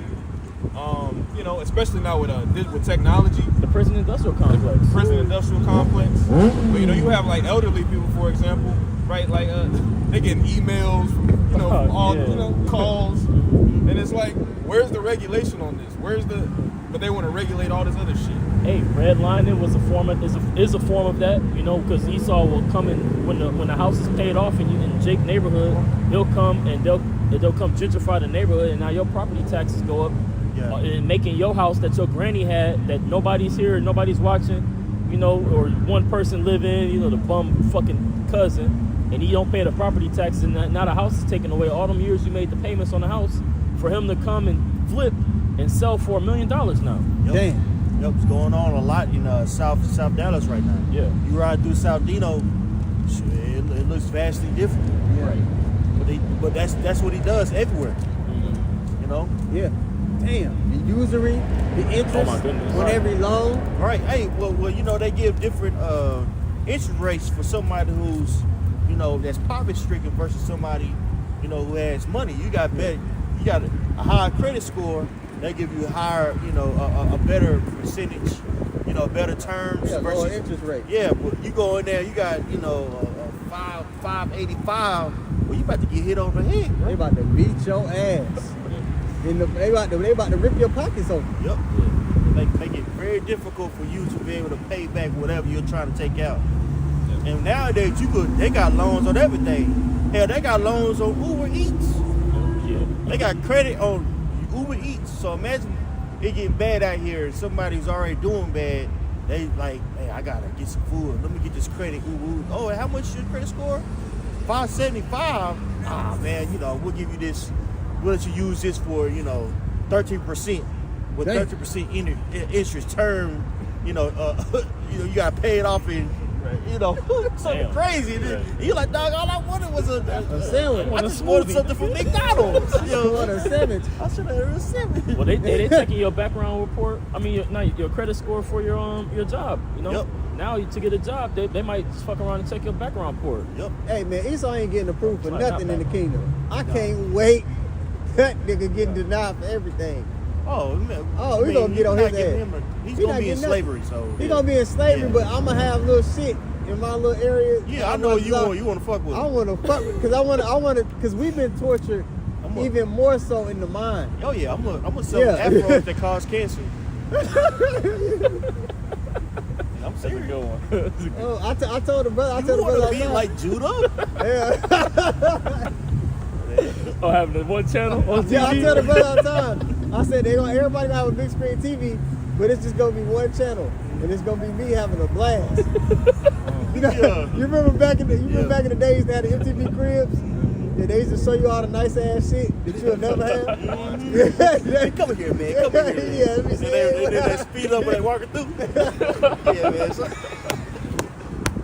Oh, we gonna get on your ass. egg guy stone. Yeah. I did have some. Okay, go ahead. This is Sirach chapter 10 and verse 8. It says, because of unrighteous dealings, injuries, and riches got by deceit, the kingdom is translated from one people to another. And those unrighteous dealings, the injuries, riches gotten by deceit, that's an ongoing thing. That's not just, you can't read that and just be like, oh, that's over. That was talking about this specific period of time. No, this is an ongoing crime that's taking place right now, today. And because I know you wanted to bring out that Numbers 35. Yeah. I was going to bring this out to link with it. Yeah. Because again, all these crimes, all this bloodshed, all this pain, all this suffering that Esau has caused, specifically for the nation, all right, but also for just the planet Earth in general, all that has to be repaid. Psalms 89 and 14 talks about how judgment and justice are the beginning of the Lord's throne, roughly paraphrasing. So all that's got to be recompensed. That's right. I got your numbers. Okay, Con. Numbers 35 and Got it 33. So ye shall not pollute the land wherein ye are, for blood is defileth the land, and the land cannot be cleansed of the blood that is shed therein, but by the blood of him that shed it. So if the blood is shed by a particular, individual, that scripture lets you know that the person who committed has got to be that committed the crime. That's the person that got to pay for the crime. That's justice. That's judgment. That's not what we see here in Babylon the Great. A lot of times it'll be the person that committed the crime. They'll get off scot-free. A lot of these corporations, Esau done set up this system to where a lot of these corporations, you can just get a damn LLC and now you're not responsible for anything your corporation did. Great point. Like these social networks, man. Right. All the damage, all the psychological fucking damage these companies have done. They got the trust, offshore bank account. Yep. That had nothing to do with me. Your big mama Donna, she got to get her foot amputated. Right. Because some medicine they done sold. I was just and thinking that. And this nigga don't got an answer for it at all. Right. They have certain money that they put back just or insurance just for situations like that. They know that, yeah, man, this is gonna be bad for certain people, but we can make a killing if you sell it. And that's why they'll put them commercials up. Did you take this medicine from 2013 Right. to I was just thinking that. they got the money set aside. And then on top of that, I gotta bring this up, I got to. The Catholic Church has an account set aside for what's the word? The PDF files. PDF file cases. They got money set aside because they know they touching booty holes. It's a right you got to take to like a rite that you have to do to go through that to be a priest. I forget what it's Rite called. of passage. Yeah, so rite of passage that they have to actually commit to do that to be a priest, a Catholic priest. To have a high position in Esau's world in general, he gotta have some dirt on you. Yeah. That's why you look at all those big name politicians on that Epstein list that never came out. They had to go to that island, huh? Never gonna come. It's never gonna come out. They go to that island, so when the motherfuckers get out of line, they got them on tape doing all kind of heinous ass shit. Right. To have some kind of real authority in this world, even a guy like LeBron James, for him to move around and do the shit that he does in the NBA and then call shots, that nigga done rubbed elbows with some dark shit. Yeah. Banana boat crew. Yeah, the banana boat he was on with Carmelo D. Before he went to the Heat, I remember he went to that he had that rabbi priest with him, and he was going to all those big bar mitzvahs and all that. Yeah. Why? What the hell that boy from Akron got to do with this damn rabbi? Right. You know how to you read the Talmud, you see how you read the scriptures, but you read the Talmud, you see how much they have disdain for people that call goyim. Ooh, What you gonna do? What do you think they gonna do to you? When you after a few drinks. Yeah. It's supposed to go down, man. Yep. And that's how they worship them deities too. That's how they those a lot of those deities that they worship. Like we about to come into April, May, and June. Those 3 months, those are for the mother goddess, man. Right. The fertility goddess. Right. April, Maya, and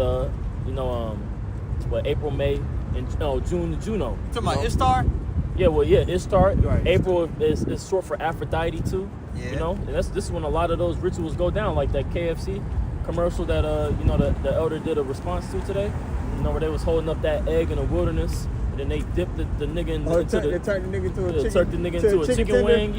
It was going into the story of that Ishtar coming down from heaven in that egg, or the moon goddess, and being the human sacrifice, them consuming that nigga, and it's all a fertility ritual. Plus, they grow a lot of the meat at your fast food restaurants.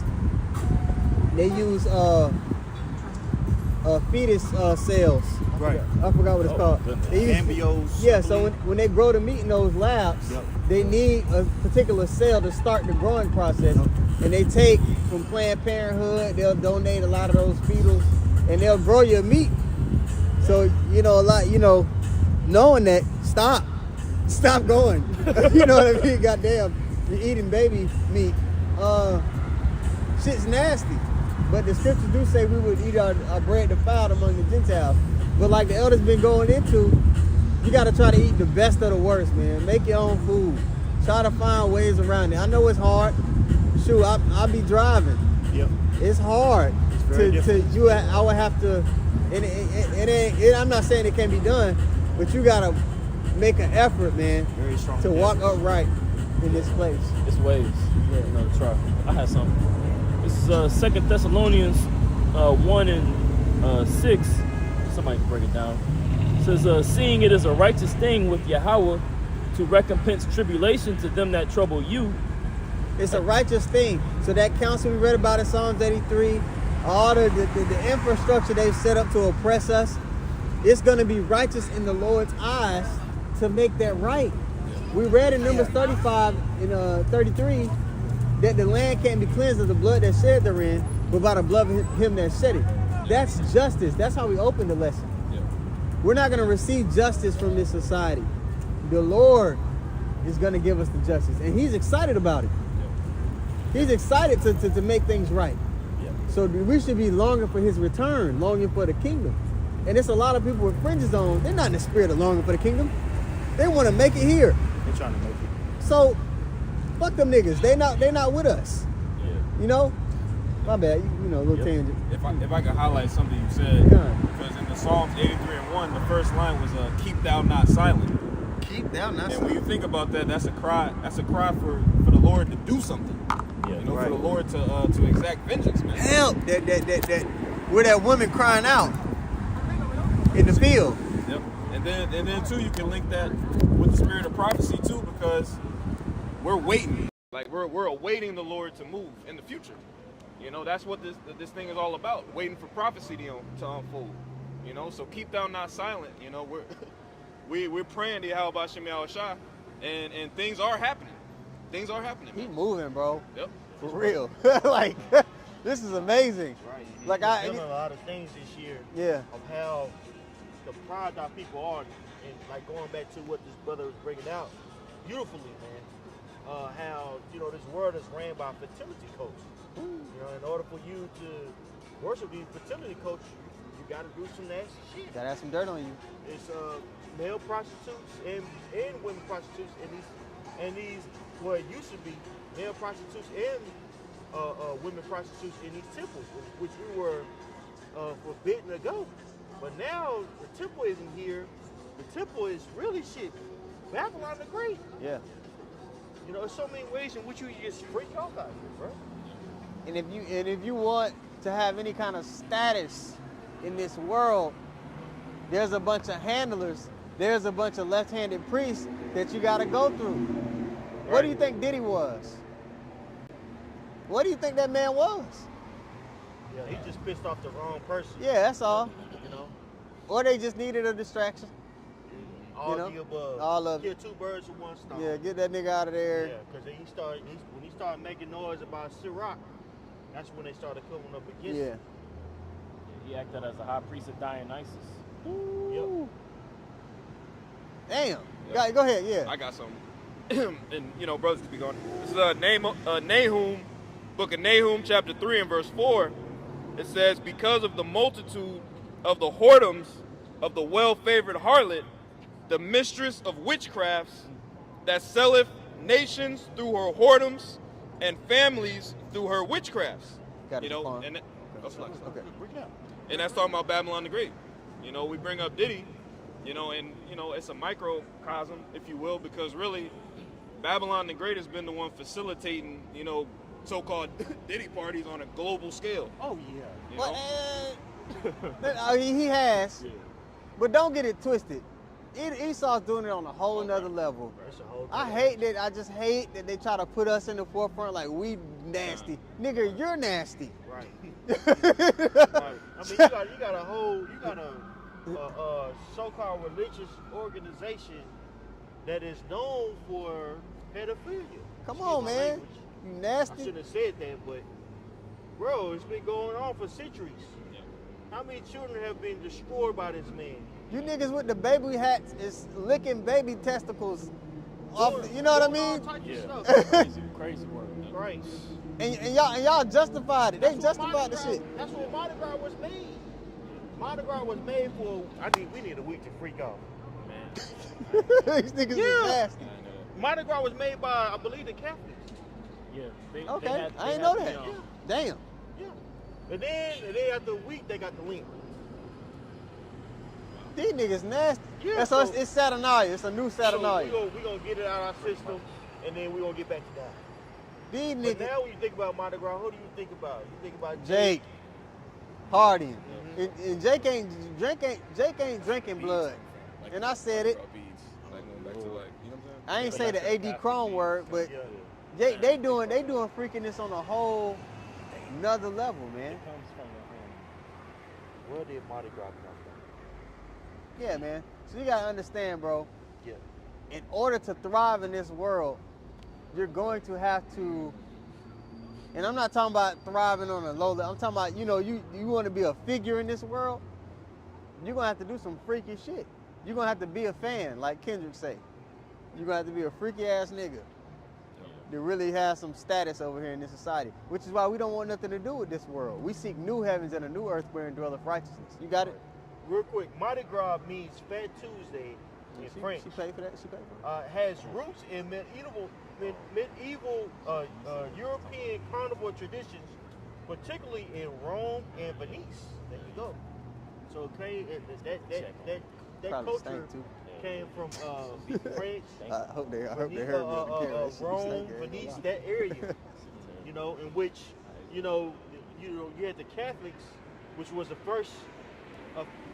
They say was the first church, of the Christians You know, which really that's when they got diluted. The truth was diluted under the Europeans, aka Esau, Edom, and so they began to implement all these various traditions into that religion to please the heathen. That's where Christmas come from.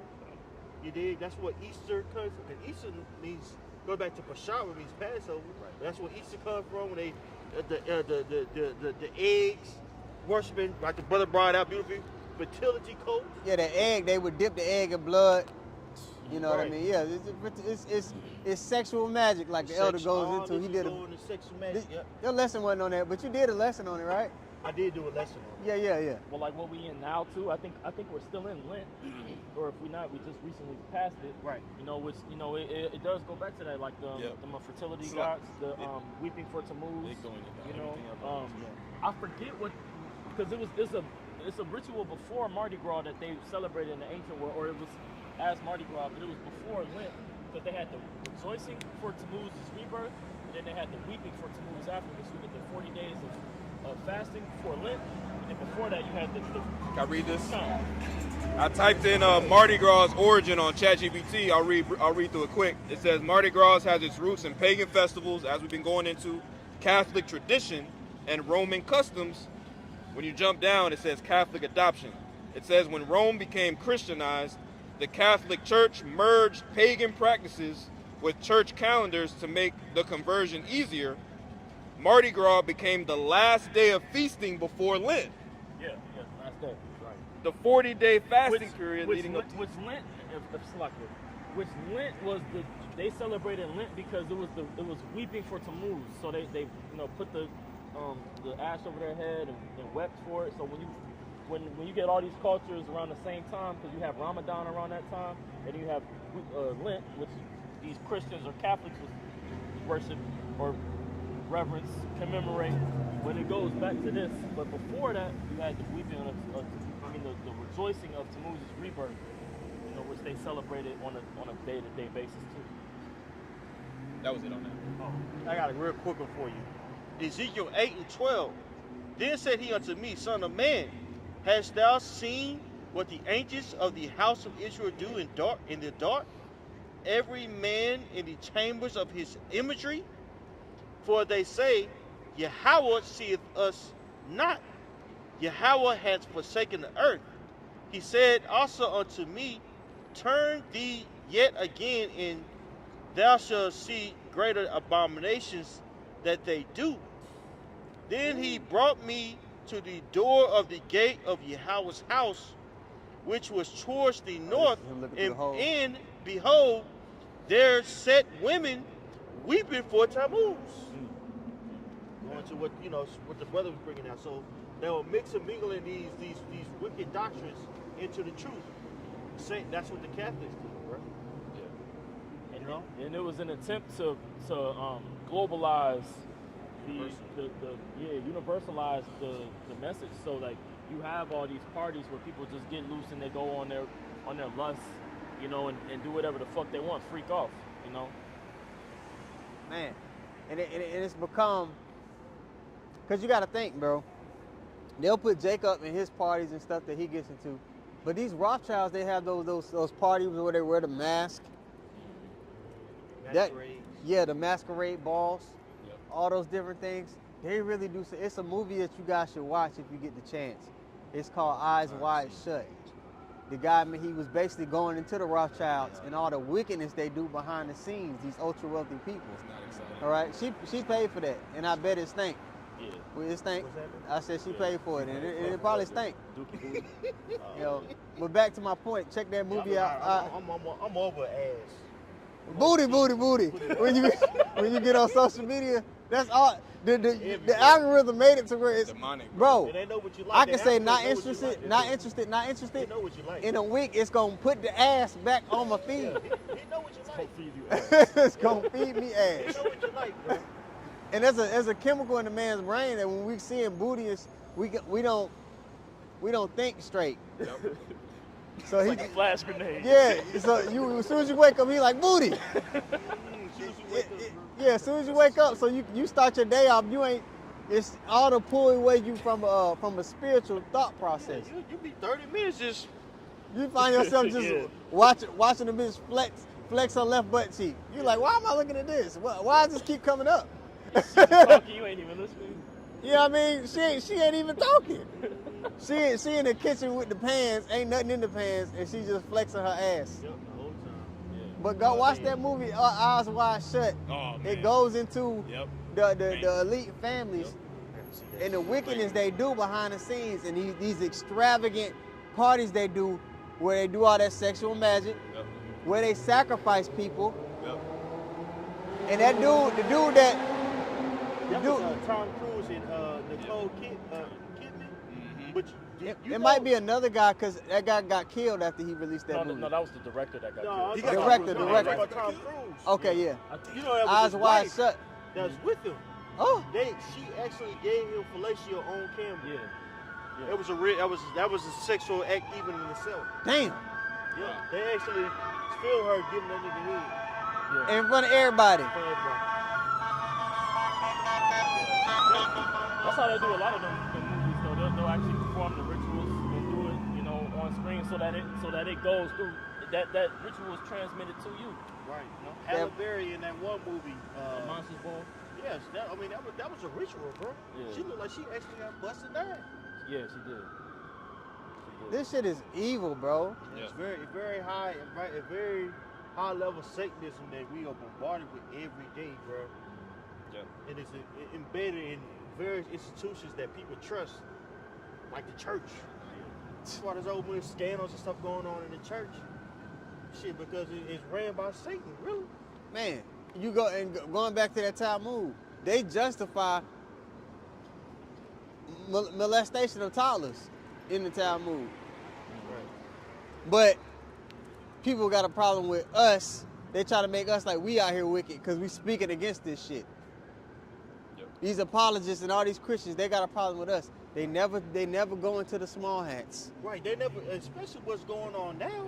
Like, nigga. Look at what they're doing over there in Gaza, bro. I mean, they're bombing people indiscriminately. Yeah, vocab alone, when he talks about them, he says, well, they have a right to defend themselves. Nigga, y'all signed a ceasefire. What, Right, what the fuck happened? The day after the ceasefire, 400 people died? They got straight to it. Come on, slaughtered the people, and the most of them was women and children. But It's yeah, mostly vocab kids, alone, deems us as a cult in one of the and violent. We're a threat to society. We're a threat to society. These niggas are literally killing people that have nothing to do. That's not a threat to They them. just committed genocide. And I saying, gotta. Okay. and saying, the Bible told me, that we have to kill Amalek. So when they Amalek, Here you got vocab saying that Esau Edom has been done away with, but the spy had us over there saying we got to kill Amalek. This is why we bomb these people. what is it? And then on top of that, the scriptures say, upon the return of the Lord, that Amalek will be ruling. But he a low level. I don't even look at vocab as a threat. He just He a threat. he a threat He a threat. in the sense of he gonna be set up to accuse us. Exactly. But I don't look at him Overall, as a he ain't I don't look at him as a threat of Intellectual threat. intellectually dealing with the scriptures. He's Haman, so he gonna be put in a position to put us in a particular light. But even at that point, like, fuck him. These niggas can't do nothing to us unless the Lord sanctions it. Dang. Unless the Lord sanctions it, bro, you're good. And if the Lord sanctions it, man, it is what it is. I'm not worried. I spent my whole life being worried. When you don't got this truth, you're just worried about shit. Yep. Okay, Yeah. we should be free from worry, especially at this point, man. At this point, it's kind of like, man, let's get this shit over with. Yeah, like Come all on, this come worry on. shit. Fuck Tell all me, that. bro. Yeah. Salakia, brother. I know I had to get that out. I got something for you. This is Isaiah chapter 47, verse 9. It says, "But these two things shall come to thee in a moment, in one day, the loss of children and widowhood.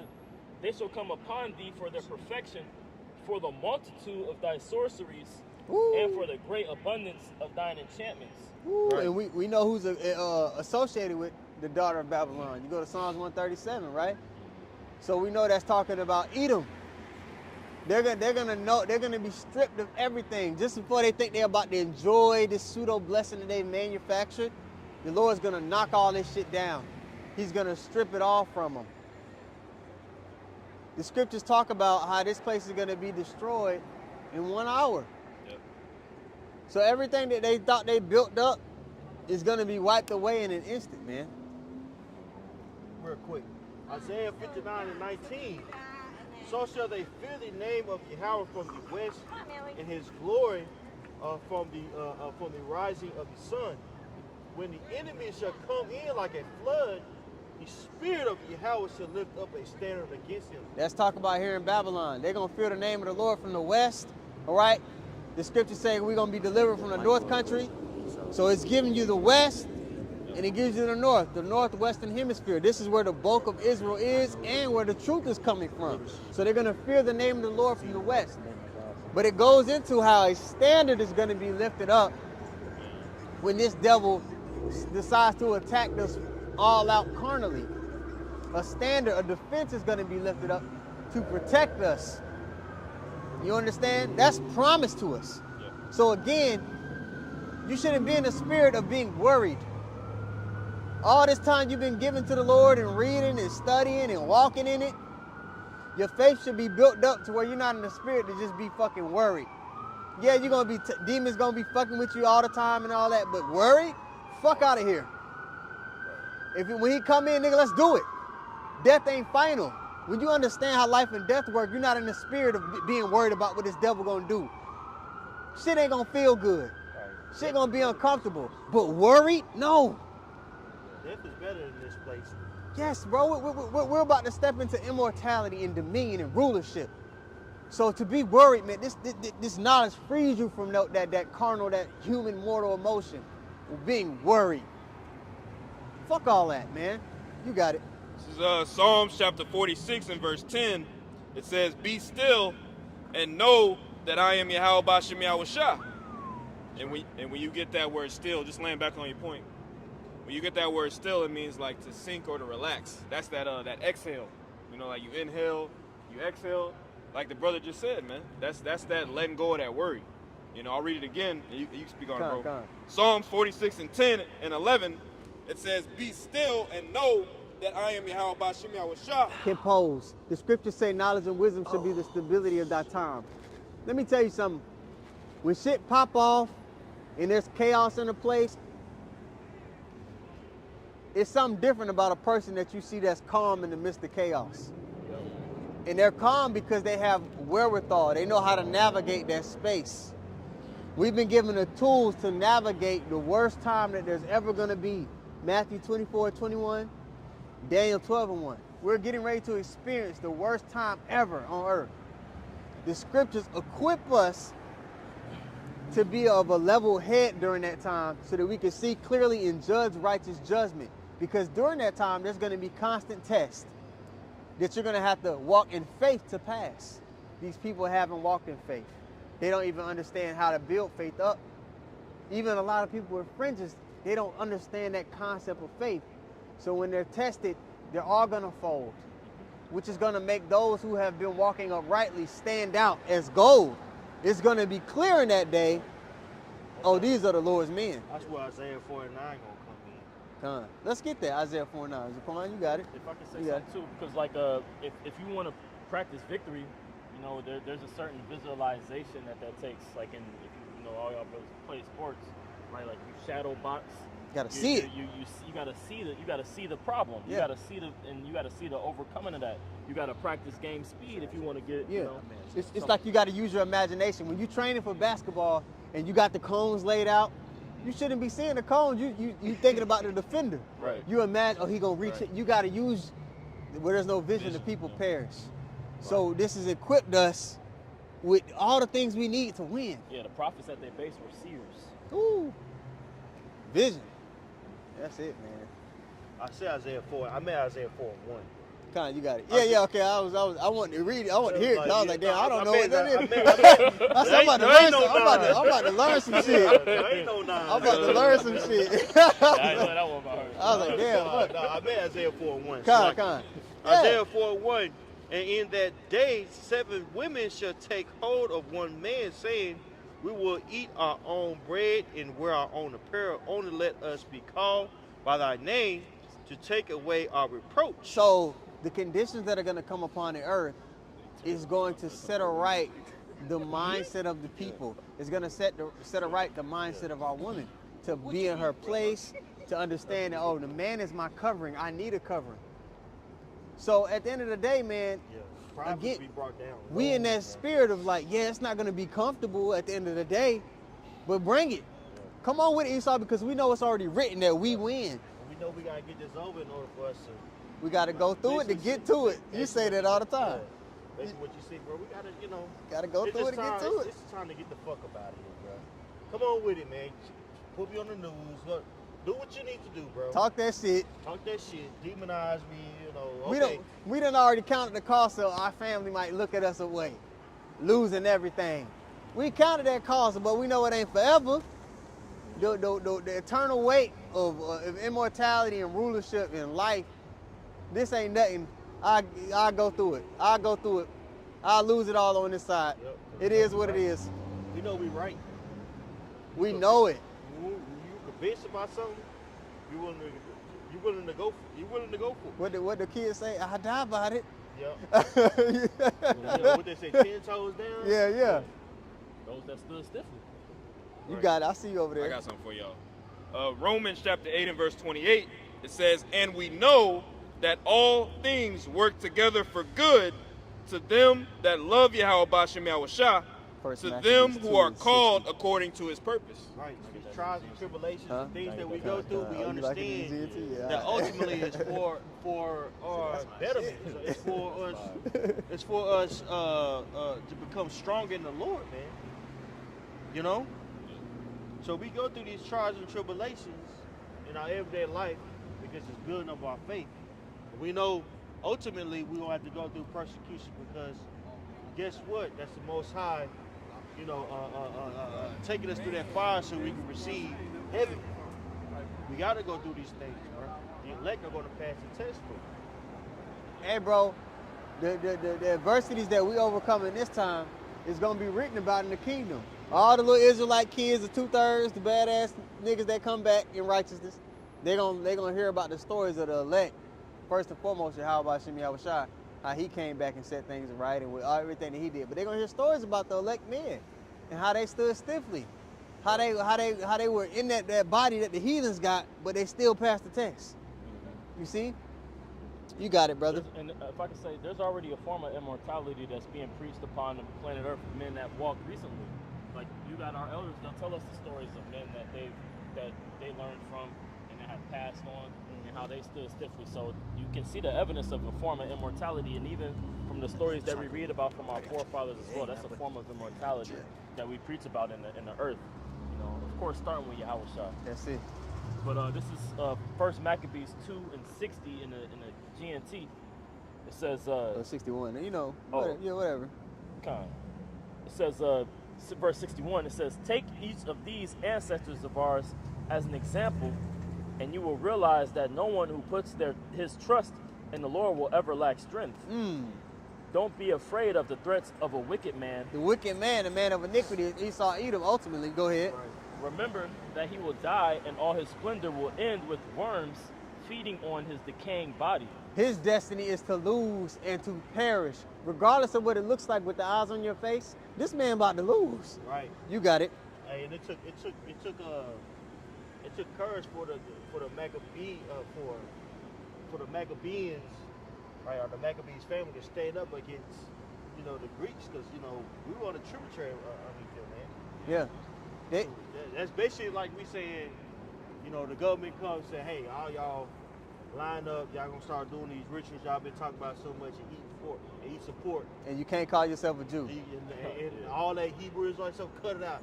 Or you gonna get put to death. Or you gonna get put to death. So when you watch the movie 300, their spirit that they was in, that hey, we're gonna die a beautiful death behind standing up for what's right. This is the spirit that the Maccabean family was in. Dung and worms, that was it on that one? No, there was a little more. Okay. It says, remember that he will die and all his splendor will end with worms feeding on his decaying body.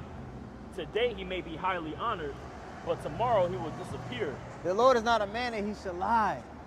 So when he says this, you got to believe it. Yep. You got to ask yourself, man, you get up in the morning, you wiping the crust out your eyes and you smelling your own breath and shit. Ask yourself, do I really believe it? You got to really be like, you got to be testing and examining yourself constantly, man. Do you really believe that we about to win? Because if you don't, you're not going to be equipped to win. Okay? You got it, brother. It says, today he may be highly honored, but tomorrow he will disappear. His body will return to the earth, and his scheming will come to an end. All right, the accuser of the brethren is going to be cast down, you know?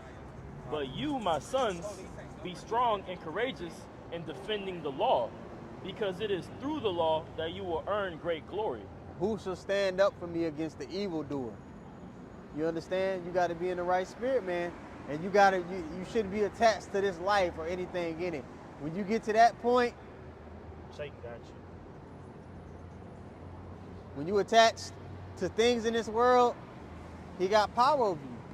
The scriptures say the elect are going to love not their lives unto death.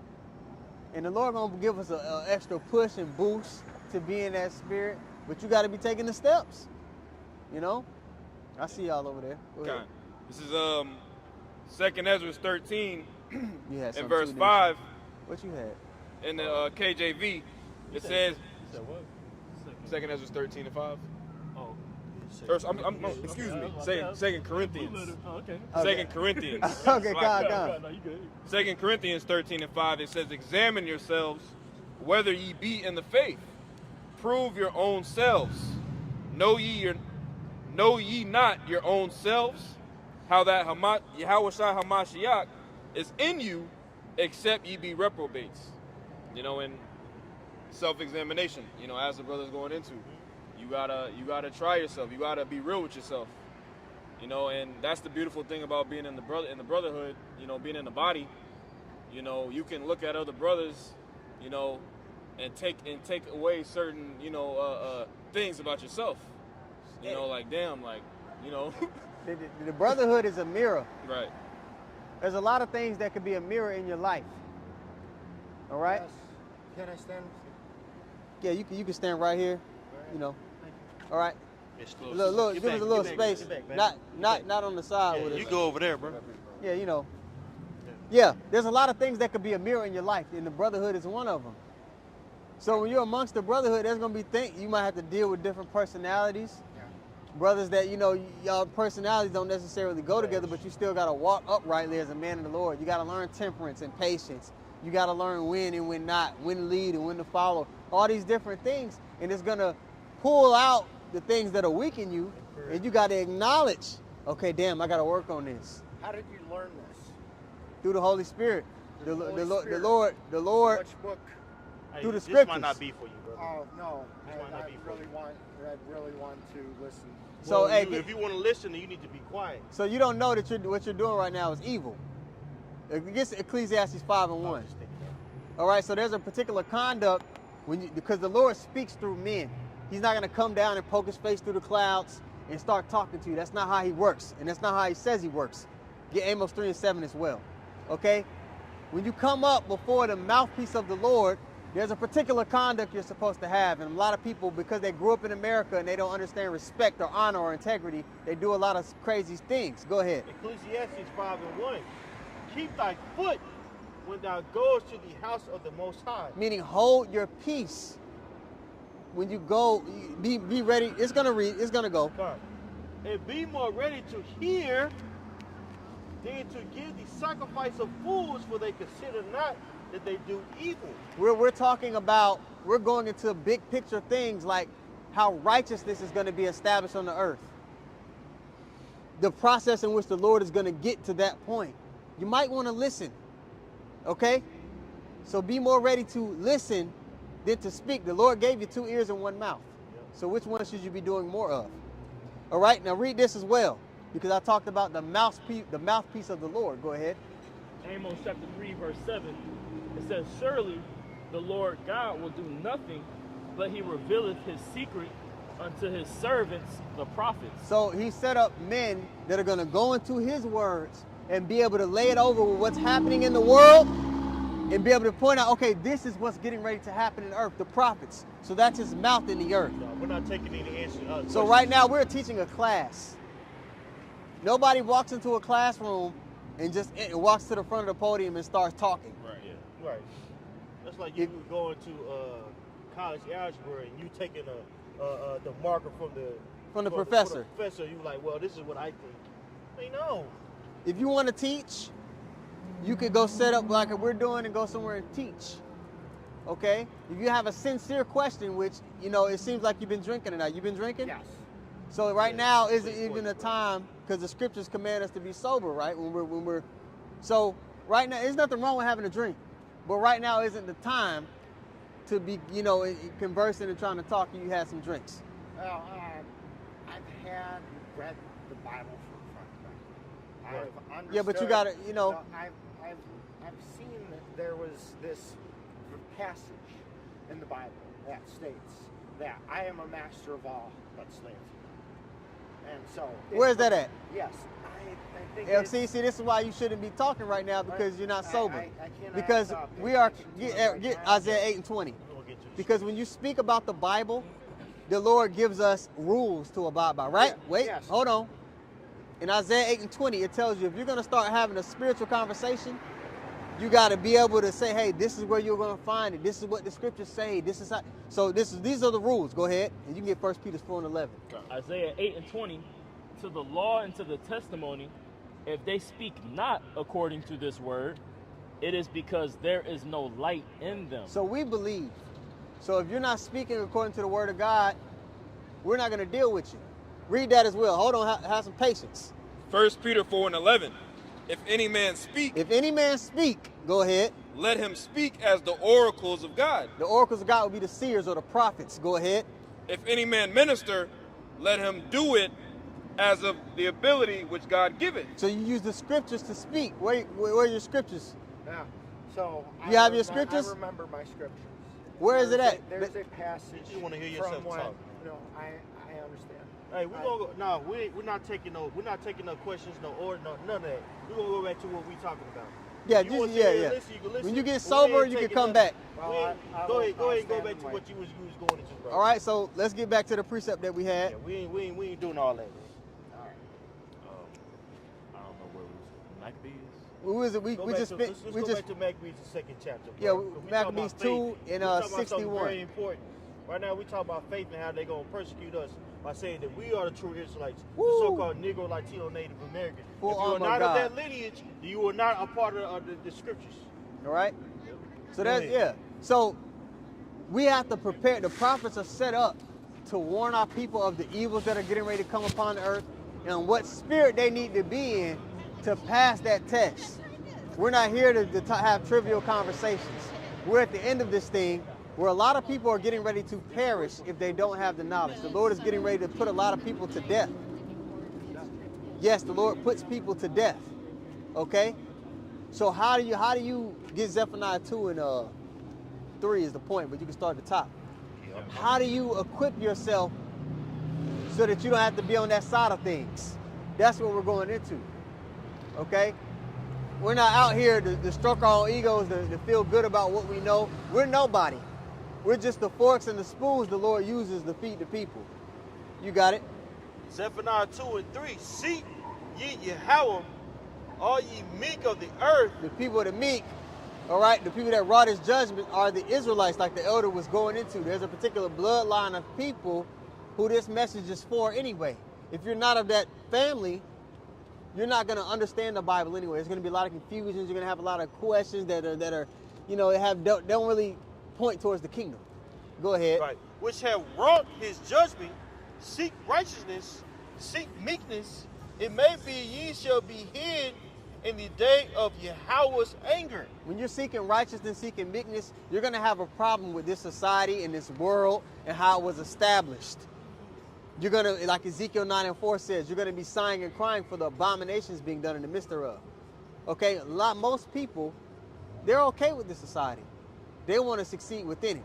We want to see the kingdom of heaven established. And when you're in that mindset, it causes you to walk a particular way Right. that's going to be pleasing to the yourself Lord. pray. It causes you to believe in something bigger than yourself, which is going to be rewarded with salvation. Okay? That's what we're about. We're about receiving salvation. That's the point of this thing. That was it on that? On that Zephaniah 2 and 3? That was it, brother. Con. You No, want we- some more on it? No. We can go back to, we finished, Ephesians 6. yeah, the armor of God. This is Ephesians chapter 6 and verse 11. It says, put on, matter of fact, I'm going to read verse 10. Con. Ephesians 6 and 10. Finally, my brethren, be strong in the Lord and in the power of his might. Put on the whole armor of God, of Yahawashi, that ye may be able to stand against the wiles of the devil. All right, because you're going to be attacked, okay? Spiritually, carnally, on every side. So there's particular things you're going to have to be equipped with to pass this adverse time that's getting ready to come. Y'all, be on point. One of those things is the name, right? One of those things is understanding the importance of faith. One of those things is acknowledging Yahawashi. Okay? One of those things is being brotherly. One of those things is being self-aware, examining us. Yeah, there's a whole bunch of things that go into being equipped for this test that we're about to undergo. Okay? So our job is to help the elect be equipped with those things they need to pass the test. You got it. Yep. Ephesians 6 and 12. It says, for we wrestle not against flesh and blood, but against principalities. Read that part in the NLT if you can. Because it's going to let you know that it's people that are in power that are of a perverse spirit. Okay? That's what we're dealing with. We're not dealing, with low level, with Billy Joe and Bob that you see at work. We're dealing with, people in high places that are pushing a satanic vibration that have casted a spell over all the people. You got it. Ephesians 6 and 12 in the NLT, it says, for we are not fighting against flesh and blood enemies, but against evil rulers and authorities of the unseen world, against mighty powers in this dark world, and against evil spirits in heavenly places. All right? We're the mighty powers of the unseen world. The people that we're fighting against, the people that we're at odds with, you don't see them on TV. They're not your presidents or the figureheads that are put up in front of you. All right? They're the elite bankers, the banking families of the world, the people that control the money, the people that push the policies, the people that, that loan the money to the banks, to the nations. All right? The people that laded themselves with the thick clay. All right? They've made slaves of all the people and all the nations through this debt system they've established. You understand? Yep. Go ahead. Ephesians 6 and 13 in the NLT, it says, therefore, put on every piece of Yahawah's armor, so you will be able to resist the enemy in the time of evil. There's certain things that the elect, they're not going to go, they're going to see straight through it. You understand? Matthew the 24th chapter, where it talks about if it were possible, even the elect would be deceived. The elect aren't going to be deceived because, one, they got their eyes locked in on Yahawashi. Two, they understand prophecy, so they know how things are supposed to go according to the Lord's program. There's a lot of people with fringes on. They don't understand the sequence in which things are supposed to happen. Right. So when things start to, get tough, they're going to be all confused. Well, they're going to denounce some fringes. Yeah, they're going to denounce them fringes quick. But hey, it's too late. They already done changed their name to Yahuda. Yeah, Yahuda. Yeah, so it's already got you on that list. You can't sidestep the judgment that's getting ready to play out on the earth. Impossible. And like the Elder Yashawamba always says, man, a lot of those spirits, a lot of these jakes out here that was playing Israelite, they're gonna be shields for the elect. So they got their place in the Lord's movie too. Right. See? That's right. That was it on that, brother? You had something, didn't you? They closing out. Hey, closing out? Okay, come on, you guys are Quan. Hey, man, I pray this was edifying. We pray this was edifying. Abarazazah, yeah. Of Yahawah by Hashem. We want to give our praises to Yahawah by Hashem, Yahawashi, by Hashem, Rakakadash. Double honors to the apostles and elders that rule well. Peace and many salutations. Y'all told the truth. Shalom. Shalom.